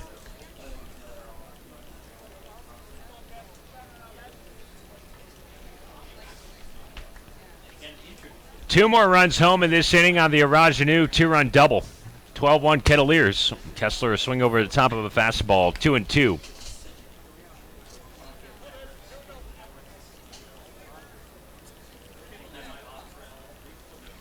Looks like Quinn Cleary is getting loose in the Wareham pen. Submarine pitcher out of Yale, a right-hander. Here's a 2-2. Fastball up, 3-2. Tomorrow's pitching matchup will be interesting. The Kettleers are scheduled to throw Trey Holland in Game 3. Left-hander from Sewanee University. An old childhood friend for Coach Roberts, who was Coach Roberts' neighbor back in the day in Durham. There's a poke on the left side, and it gets behind Stevens. That's into left field. Robinson scores. And the Kettleers make it a 13-1 game. It's been a tough day for Chad Stevens. You really feel for him. Not his natural position arm, and it's the second time he's been eaten up by a ball today, and that's his second error. Well, with Sems getting injured in Game 1 yesterday, it's been a shuffle. We saw McLean up the middle at shortstop at the end of yesterday's game, and as you said, Sam, he just looks out of position there, uncomfortable. That should have been a double play. It was hard hit, but on a long hop, and it hit him right on the knee, missed his glove, and he's used to playing the hot corner. Stevens has played there a few times this season when the Kettleers played against him, but he just looks lost out there at shortstop. 2 on with 1 out, and Parker Chavers takes a fastball on the outside corner for a strike. So it's an E6 on Stevens. Robinson scores from third, 13-1 Cotuit in the bottom of the 7th.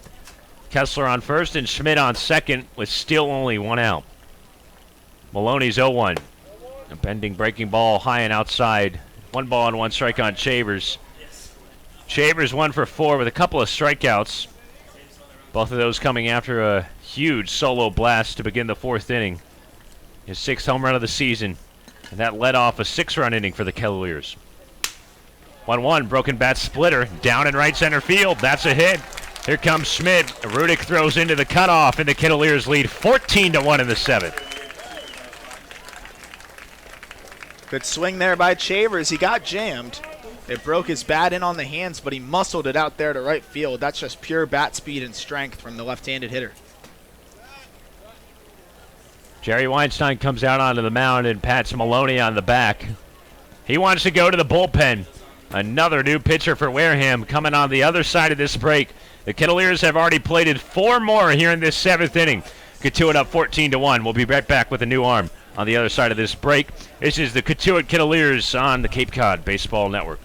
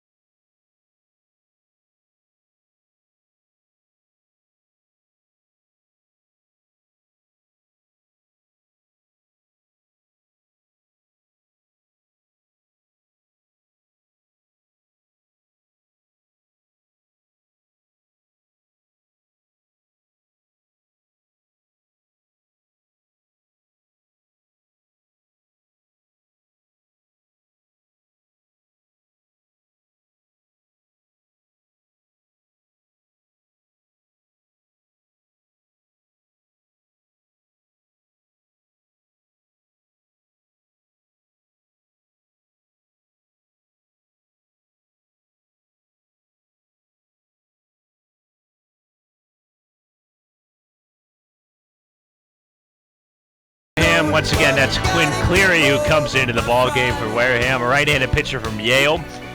He's only pitched an inning and 2/3 this year. His first appearance came against the Kettleers last Friday. Threw an inning, walked 1 and struck out nobody, and gave up no runs in that appearance. Gave up 5 in his last outing against Bourne to close out the regular season. And he inherits a couple of base runners. The Kettleers have a 14-1 lead in the bottom of the 7th inning in Game 2 of this postseason opening round. Adam Oviedo at the plate, 2 balls and no strikes. Oviedo has reached in all 4 plate appearances. A couple of singles, a double, a walk, and a run scored. 2-0 off-speed pitch on the outside part of the plate for a strike. 2 balls and 1 strike on the second-year shortstop for the Kettleers. Time called on the diamond.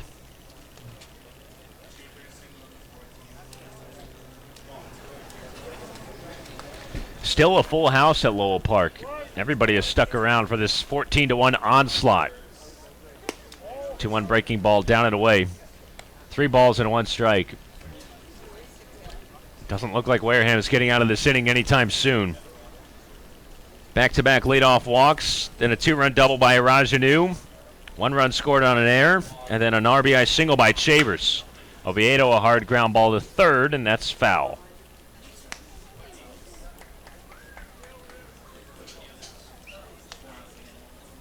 This game started for Wareham with Levi Prater, the lefty out of Oklahoma. And the Kettleers got to him again. Allowed 3 runs over 3 innings. Lucas Weinberg's eaten alive in the 4th inning, didn't get an out, and gave up 5 runs on 4 hits. And Cleary just walked Oviedo there. So Oviedo's on to first base. Chavers and Kessler move up to second and third, respectively. And the bases are now loaded with 1 out.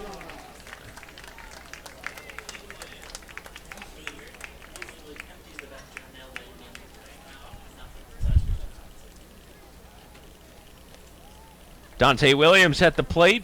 1 for 4 with a single and a run scored. And he rips one down the line and right. That's a fair ball. Kessler chugs in. Here comes Chavers as well. Rudick picks it up in the corner. Oviedo stomps on the brakes at third. And the Kettleers have busted it open even more. Dante Williams a 2-run double to make it 16-1 in the 7th. It's a carousel right now, and the Kettleers are just continuing to run around the bases. You hope they save some offense for tomorrow. It's only 1 more game after this one. Winner goes on. And it doesn't really matter how many you win by at this point. There's no run differential, but they'll take the offense from the Kettleers, who are busting out. They looked great yesterday, even better today. Cotuit has batted around for the 2nd inning in this game. They sent 12 to the plate in a 6-run 4th. 6 have scored here in the 7th. And here's the man that came to the plate first, Cody Pasick, who led things off with a walk and scored on the 2-run double by Anu. Second and third with 1 away. Cleary's 0-1. Cast it in the air down the right field line. Rudick goes back and it drops on the grass. Cody Pasick plunks in a 2-run double. Oviedo and Williams both score. And the Kettleers are up 18-1 in the 7th. You heard it right.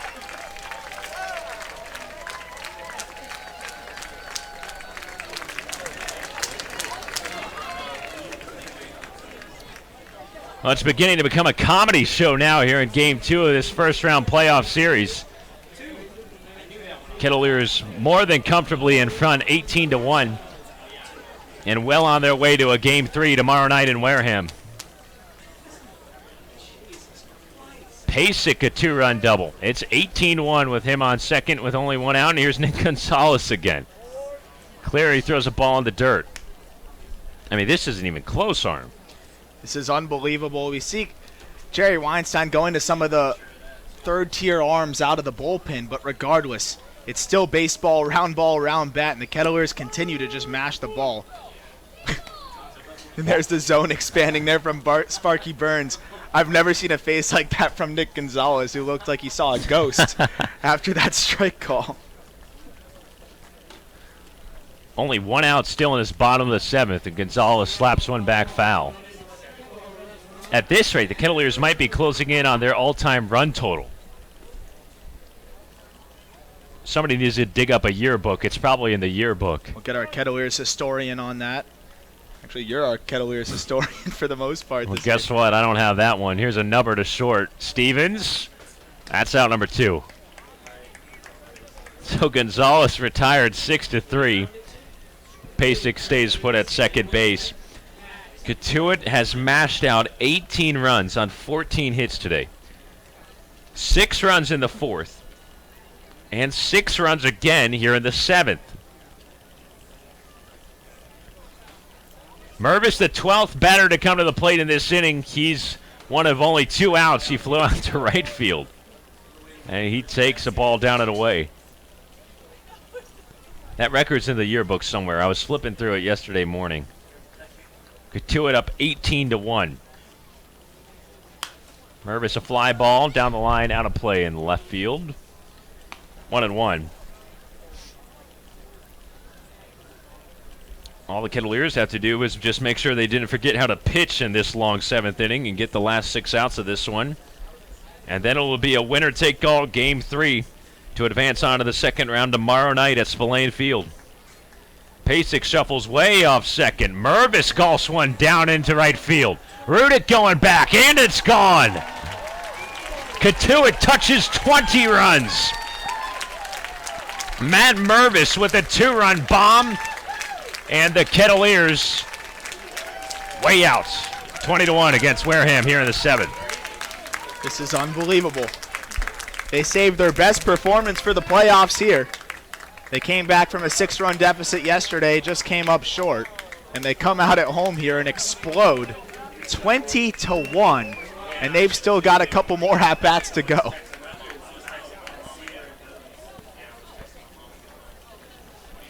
Christian Robinson takes a strike.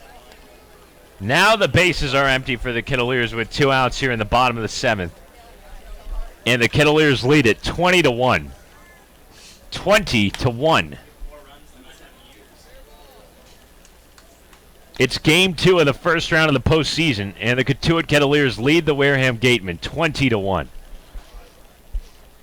And we're only in the bottom of the 7th. Wareham now decides to shift the infield for Christian Robinson, who flies one to the opposite field. Durkay comes on and left, and he catches it for out number 3. An incredible inning for the Kettleers. An incredible inning. Cotuit able to plate 1, 2, 3, 4, 5, 6, 7, 8 runs in this frame on a grand total of 7 hits, 1 error, and nobody left on base. Kettleers up 20-1. We're on to the 8th. Arm's got you for the next couple of innings right here on the Cape Cod Baseball Network.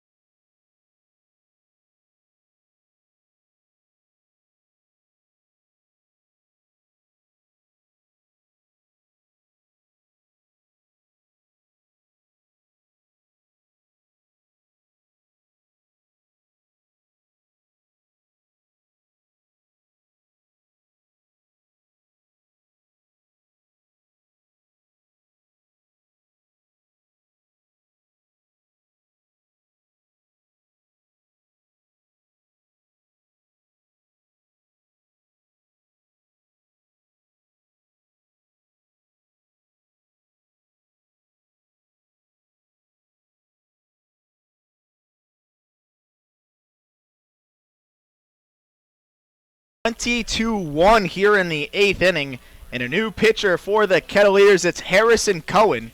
He makes his Cape League debut for Cotuit. Cohen from George Washington University, a junior, right-handed pitcher, 6 foot, 190 pounds. And he gets a nice, comfortable situation, just a 19-run lead for Cohen in his first appearance in the Cape League. He gets the middle of the order for Wareham. It's Jacob Teeter, Adrian Del Castillo, then Mike Antico, who came in for Dallas Beaver. That's 3, 4, 5 in the order. Jacob Teeter 2 for 3 on the game. A pair of singles in his first 2 at-bats, then he popped out to shortstop back in the 5th inning. If you're just joining us, that is not a mistake on the scoreboard on your screen. It is truly 20-1. Curveball strike at the letters, 0-1 to Jacob Teeter. was 4th in the Cape League in hits with 46. He's got 2 more today. 6'6" left-handed hitting first baseman from Florida Southern grounds one out to Nick Gonzalez, who bobbles it, sticks with it, picks it up, throws it on to first for out number 1. Teeter retired here. 1 out in the 8th inning. Now it's Adrian Del Castillo, the catcher from the University of Miami. Del Castillo grabs some dirt. No batting gloves, rubs his hands together to get some grip on that wood bat. First pitch, he swings, fouls it straight back. No grip on the bat either.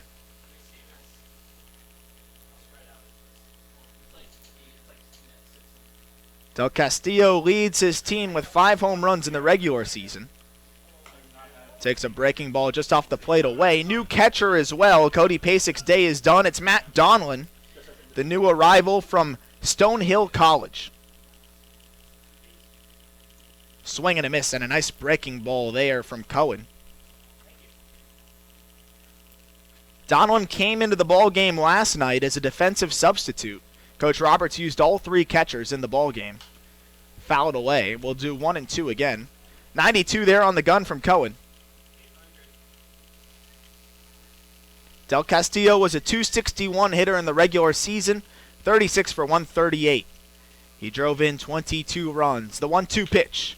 Yanks a ground ball just foul down the first base line. 20 runs on 15 hits for the Kettleers. Just 1 run on 9 hits for the Gatemen.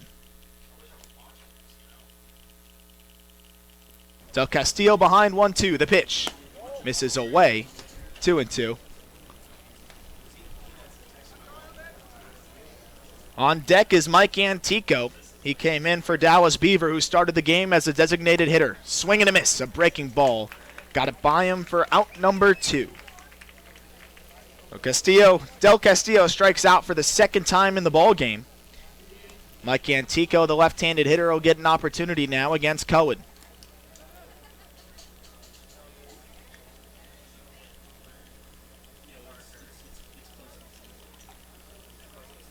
Cohen out of the windup, kicks and deals a first pitch fastball, 93 on the black, inside corner, 0-1. Antico, naturally a center fielder, .259 hitter on the season, drove in 7 runs.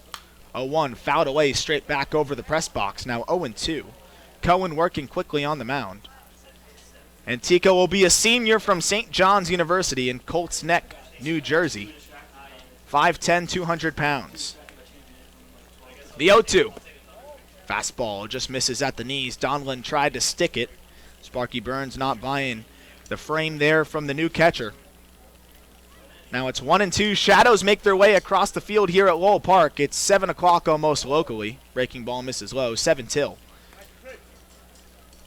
Game started an hour earlier for the postseason. Regular season game started at 5. Today's game started at 4:06. 2-2, lifted out into right field down the line, hooking. If it's fair, it's gone. And it is fair. That's a home run for Mike Antico. He comes into the ball game as a substitute and goes yard off of the new pitcher Cohen, and he cuts the lead to 18 runs. It's now 20-2. It really looks like a football score now. It looks like Wareham just got a safety in this game, and the Kettleers racked up 20. Still unbelievable, and Wareham just not able to cash in offensively today. They had 10 hits. The Kettleers had 15 hits, but the walks by Wareham's pitching staff and, of course, the Kettleers' long ball really helping on the Cotuit attack.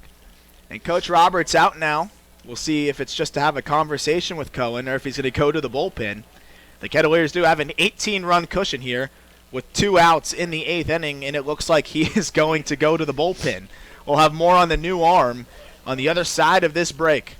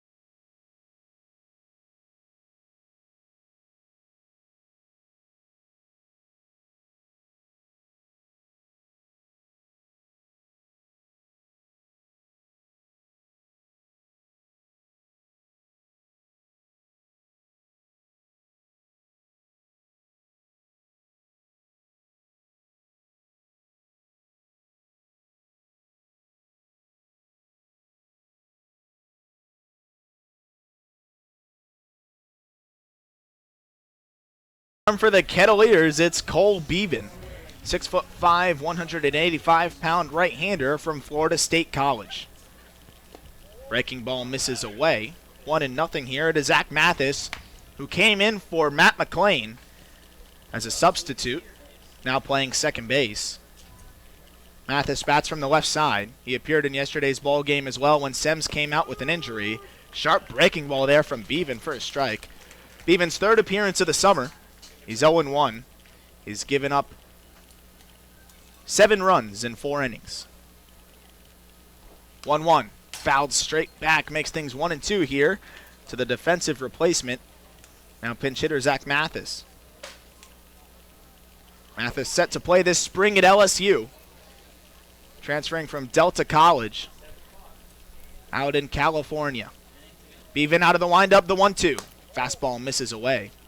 2-2 now to the left-handed hitter. So Antico went yard. That's how the Gatemen got their second run of this ball game. The 2-2.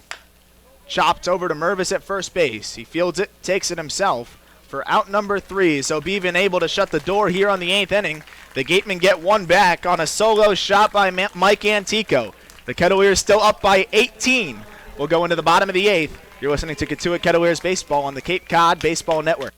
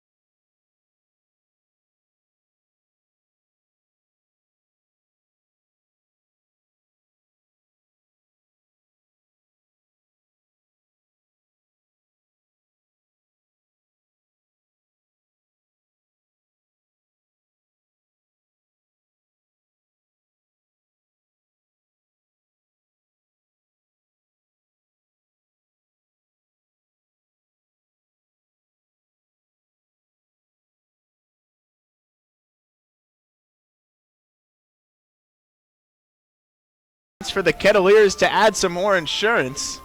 They're already up 2 touchdowns and a field goal and then some. It's 20-2. First pitch swinging is Casey Schmidt, fouls it away, 0-1. Kettleers have scored in every run so far besides the 2nd and the 6th. Fouled away again, now 0-2. It was 1 run in the first, then 2 in the third, 6 in the fourth, 1 more in the 5th, 10 in the 7th, and that all adds up to 20. The 0-2. Hard ground ball over to third base, backhanded by Lipscomb. He throws it on to first. A nice pick by the first baseman Teeter, and staying on the bag for out number 1.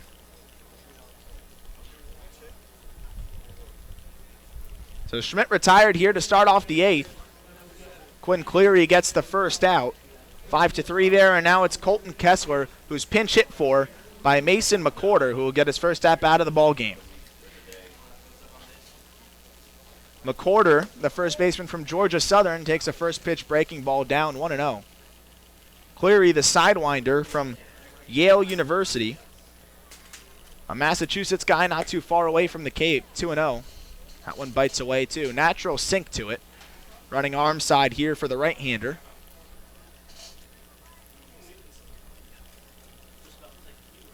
To McCorder. Misses down and in. 3-0 here to the left-handed hitter. McCorder, 15 home runs at Georgia Southern. Just 1 this summer. Takes out outside for ball 4. 4 consecutive balls here to the pinch hitter Mason McCorder. Who'll take first base. One aboard for Parker Chavers now. Chavers homered already in this ball game. He's 2 for 5. A pair of strikeouts, 2 driven in. The home run was one of the most towering shots we've seen all season long. Landed right up about the top of the trees out there in right field. Fouls the first pitch away over the third base grandstand. Chavers' 6th home run of the summer there with that blast out to right. That came in the third. That's when this was still a relatively close ball game.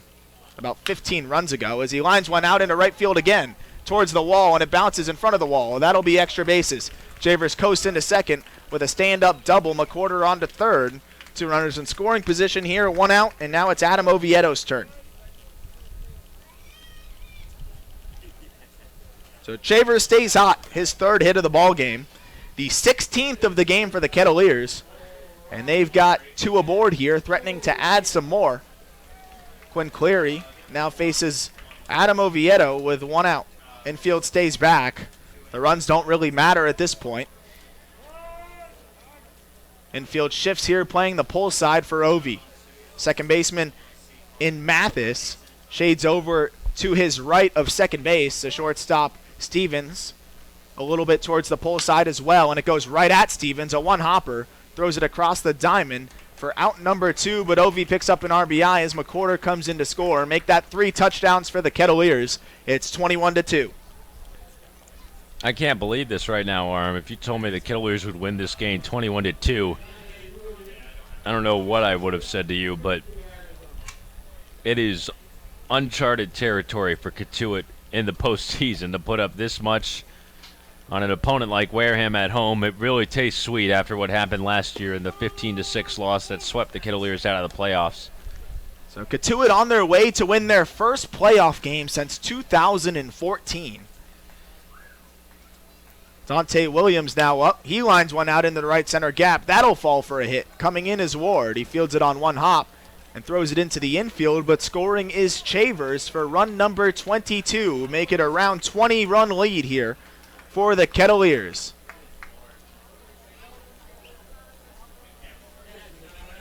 Dante Williams picks up his 3rd hit of the ball game. He had 2 singles and a double. And now it's Matt Donlin, the catcher from Stonehill College, getting an opportunity. He played in the doubleheader, the regular season finale against Falmouth. Swings at the first pitch and fouls it straight back. Donlin, just a sophomore from Stonehill College. Excited about this opportunity in the Cape Cod League. Has shown really good defensive skills behind the dish as he takes that pitch low, 1-1. Came over from the Coastal Plains League. The 1-1. Ground ball over by shortstop. Stevens ranges over, picks it, makes a spinning throw onto first, but beating it out is Donlin for his first hit as a Cotuit Kettleer.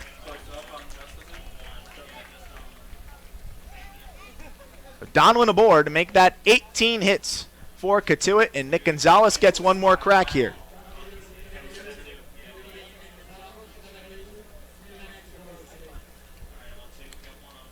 So now it's the MVP from New Mexico State, Nick Gonzalez, the second baseman. Takes a first pitch fastball inside corner, 0-1, 2 aboard here. 2 outs in the bottom of the 8th. Cleary came set before Gonzalez was even in the box. He calls for time.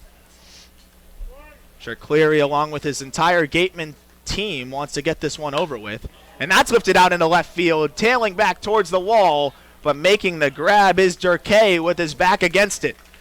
So Gonzalez gives it a ride, but that's out number 3. The Kettleers add 2 more and make it a 20-run lead, 22-2. 3 outs away from putting the nail in the coffin here and forcing a Game 3 at Spillane Field tomorrow.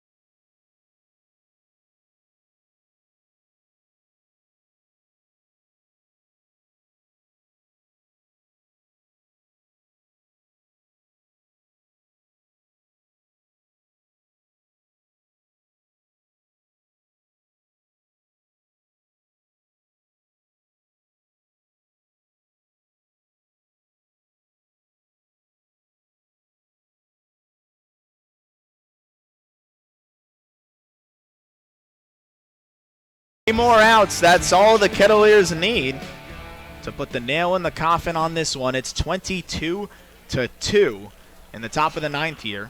Cole Beaven back out, and he'll get the bottom third of the order for the Gatemen. It's Matt Rudick, Trey Lipscomb, then Chad Stevens. Kettleers added 2 more in the bottom of the 8th to make it a 20-run lead here. First pitch swing, and it's popped up into shallow left field. Chavers comes in, makes a grab, out number 1. You can dive deep into the rabbit hole of statistics in this ball game. One of the most staggering, I think, so far is 11 different base runners, 11 different hitters for the Kettleers, including substitutions, have reached base in this one, and all 13 have either reached base or scored a run. First pitch to Lipscomb, misses low, 1-0.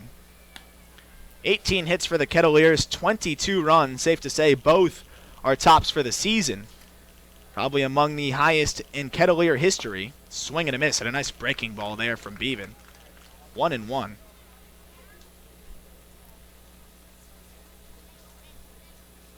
Nine different Kettleers have driven in a run in this game.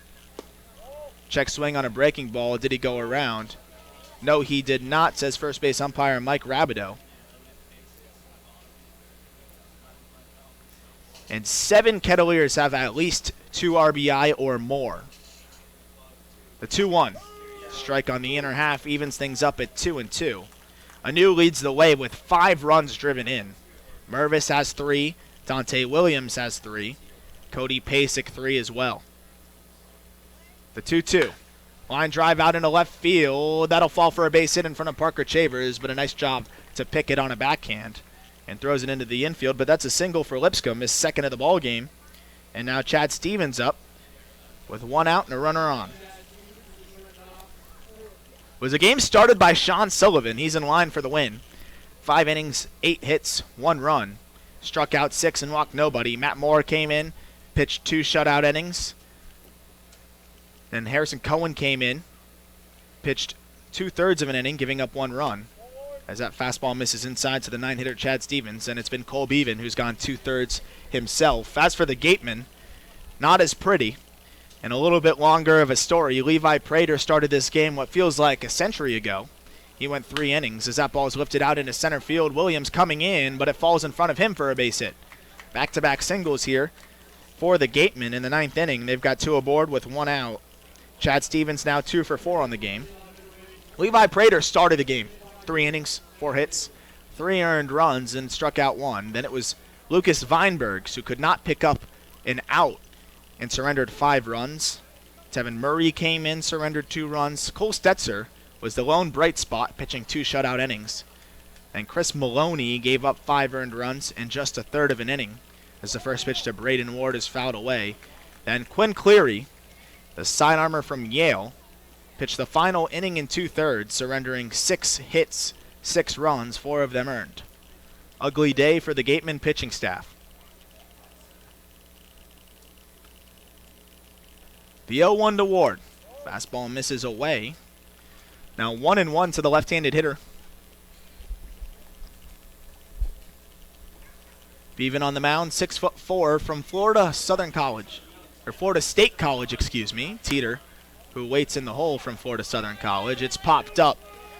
Should be easy for the infield. It's Casey Schmidt who fields it, grabbing it below the belt there. Not as easy as we thought it would be. And a little of who's going to grab it. Everyone looked at each other for a second there. Donlin deferred to Schmidt, who ended up making the grab. Underhand catch by the belt for out number 2. So an F5 for Braden Ward, and the Kettleers are 1 out away from forcing a Game 3 that'll be at Spillane Field. That'll be the decisive Game 3 to decide who goes into the next round. First pitch breaking ball, a backdoor curveball. Strike to Pete Durkay, who's 1 for 4. He doubled back in the 5th inning. Jacob Teeter waits on deck. 2 aboard, 2 outs here. The 0-1. Half-hearted swing there on a breaking ball. Fooled him badly. Now 0-2. Kettleers 1 out away here from shutting the door on the Gatemen. Infield back, force at any base, but one more strike will end this ball game. A game that started at 4:07. We're over the 3-hour mark in this one, the 0-2. Flied out into left field. Chavers back. This should do it. He makes the grab for out number 3. Kettleers win 22-2, the first win in a playoff game since 2014. And we're going to have a decisive Game 3 at Spillane Field tomorrow night. We'll recap this one, a wild one. 24 total runs. Kettleers have 22 of them. And we'll wrap it up for you on the other side of this break.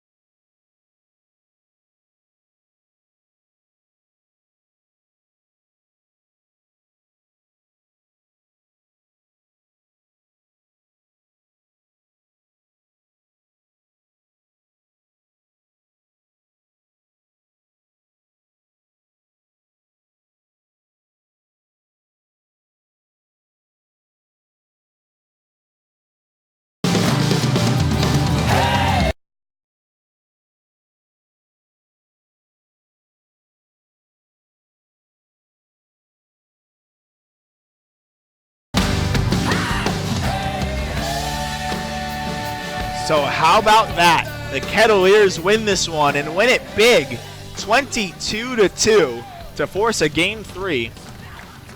It was an offensive explosion, to say the least. I don't think we have enough adjectives to describe what just happened here at Lowell Park. A game that went just over 3 hours. Kettleers scored 1 run in the first, then 2 in the third. It was still a close ball game until the 4th inning. That's when the Kettleers put up 6 and blew it open, making it 9-0.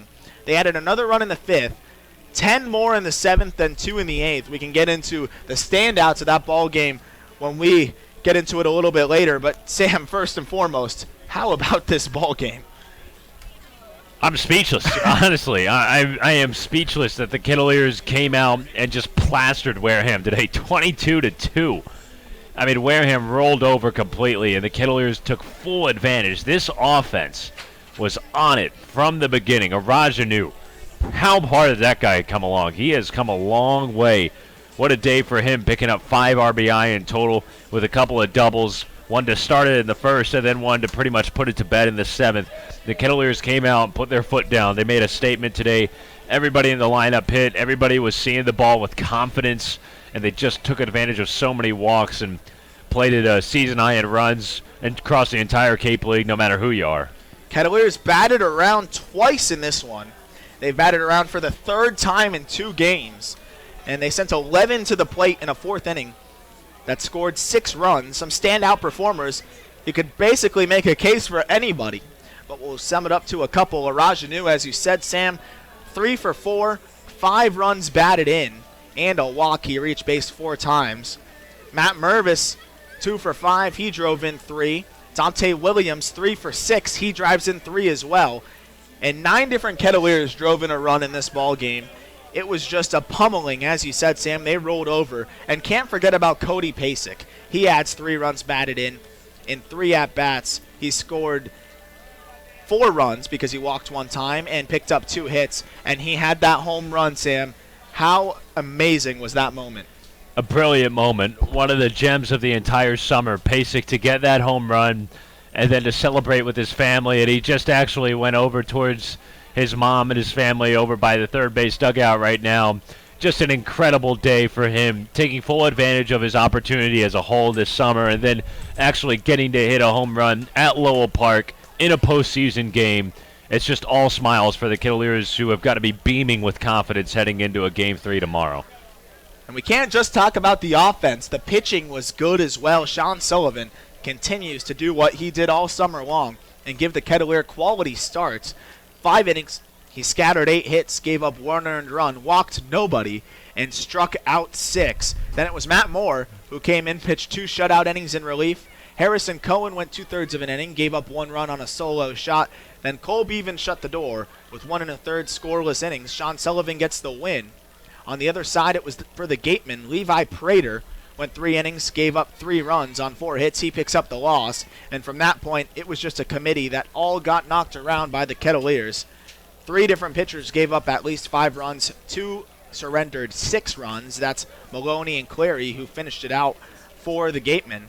But how about Sean Sullivan, Sam? He turns in another quality start for Cotuit, and he has been the clear-cut ace. He won the MVP pitcher earlier in the or just a few days ago, and he showed why today. Yeah, he was a perfect guy for the Kettleers to start this game.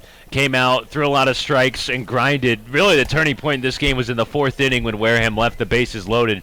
It was still a 3-0 game at the time, favoring Cotuit, and Sully was able to get out of that jam with a couple of strikeouts. He struck out 6, threw a ton of strikes. He didn't walk anybody. He forced Wareham to make contact, and they knocked him around a little bit to the tune of 8 hits over 5 innings, but he was able to get out of jams when he needed to. Wareham left a ton of money on the table, and the Kettleer pitching staff as a whole did a really good job to tame a good offense that's made so much contact all season long, and really all series long. Still 12 hits today for Wareham, but Sullivan really good, and he passes the torch on to a fresh bullpen that'll be ready for Game 3 tomorrow.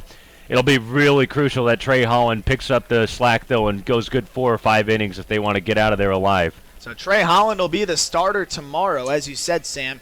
The southpaw from Sewanee University, the University of the South. And he has been very good in his last 2 starts for Cotuit. A soft-throwing lefty. What are some keys for him tomorrow, and what do you expect out of him? I think I expect him to throw a lot of strikes. I don't think he's going to walk too many. He's going to keep Wareham off balance. This is a team that hunts fastballs and doesn't strike out too much, and they've got to be feeling at least okay in terms of the contact that they made, but I'm sure the Kettleers have probably beaten them into submission here in terms of their mental will to compete. So if you're Holland, I think you relax and you let your defense make the plays behind you. You fill up the zone and you continue to do your thing and be who you are. He doesn't need to stray away from his identity or his arsenal of pitches that he has. Just go out and pitch a good game, and it would be a pretty storybook ending to have Mike Roberts see an old neighbor in Holland pick him up in the end. So Kettleers pick up their first win in the postseason since 2014. Tomorrow, the decisive Game 3 at Spillane Field, a 6:45 start. We will be live at 6:35 with an interview from Coach Roberts. That'll be a fun one, summing up this game. I'm sure he'll be glowing, and we'll be ready to go at 6:45 for first pitch to go on to the final round of the West Division, and then after that, it's the championship. So a big game tomorrow. Can the Kettleers win their first playoff series since 2014? They check off the first win today here with a 22-2 ball game. It was a 4:07 start. The game went just over 3 hours. The Kettleers pile on 22 runs on 18 hits. They hold the Gatemen to just 2 runs. Tomorrow's Game 3. For Sam Niederman, my partner, Jacob Cohen, and Josh Rothstein, I'm Aram Layton. Thank you for spending your evening with us. Join us tomorrow for the rubber match.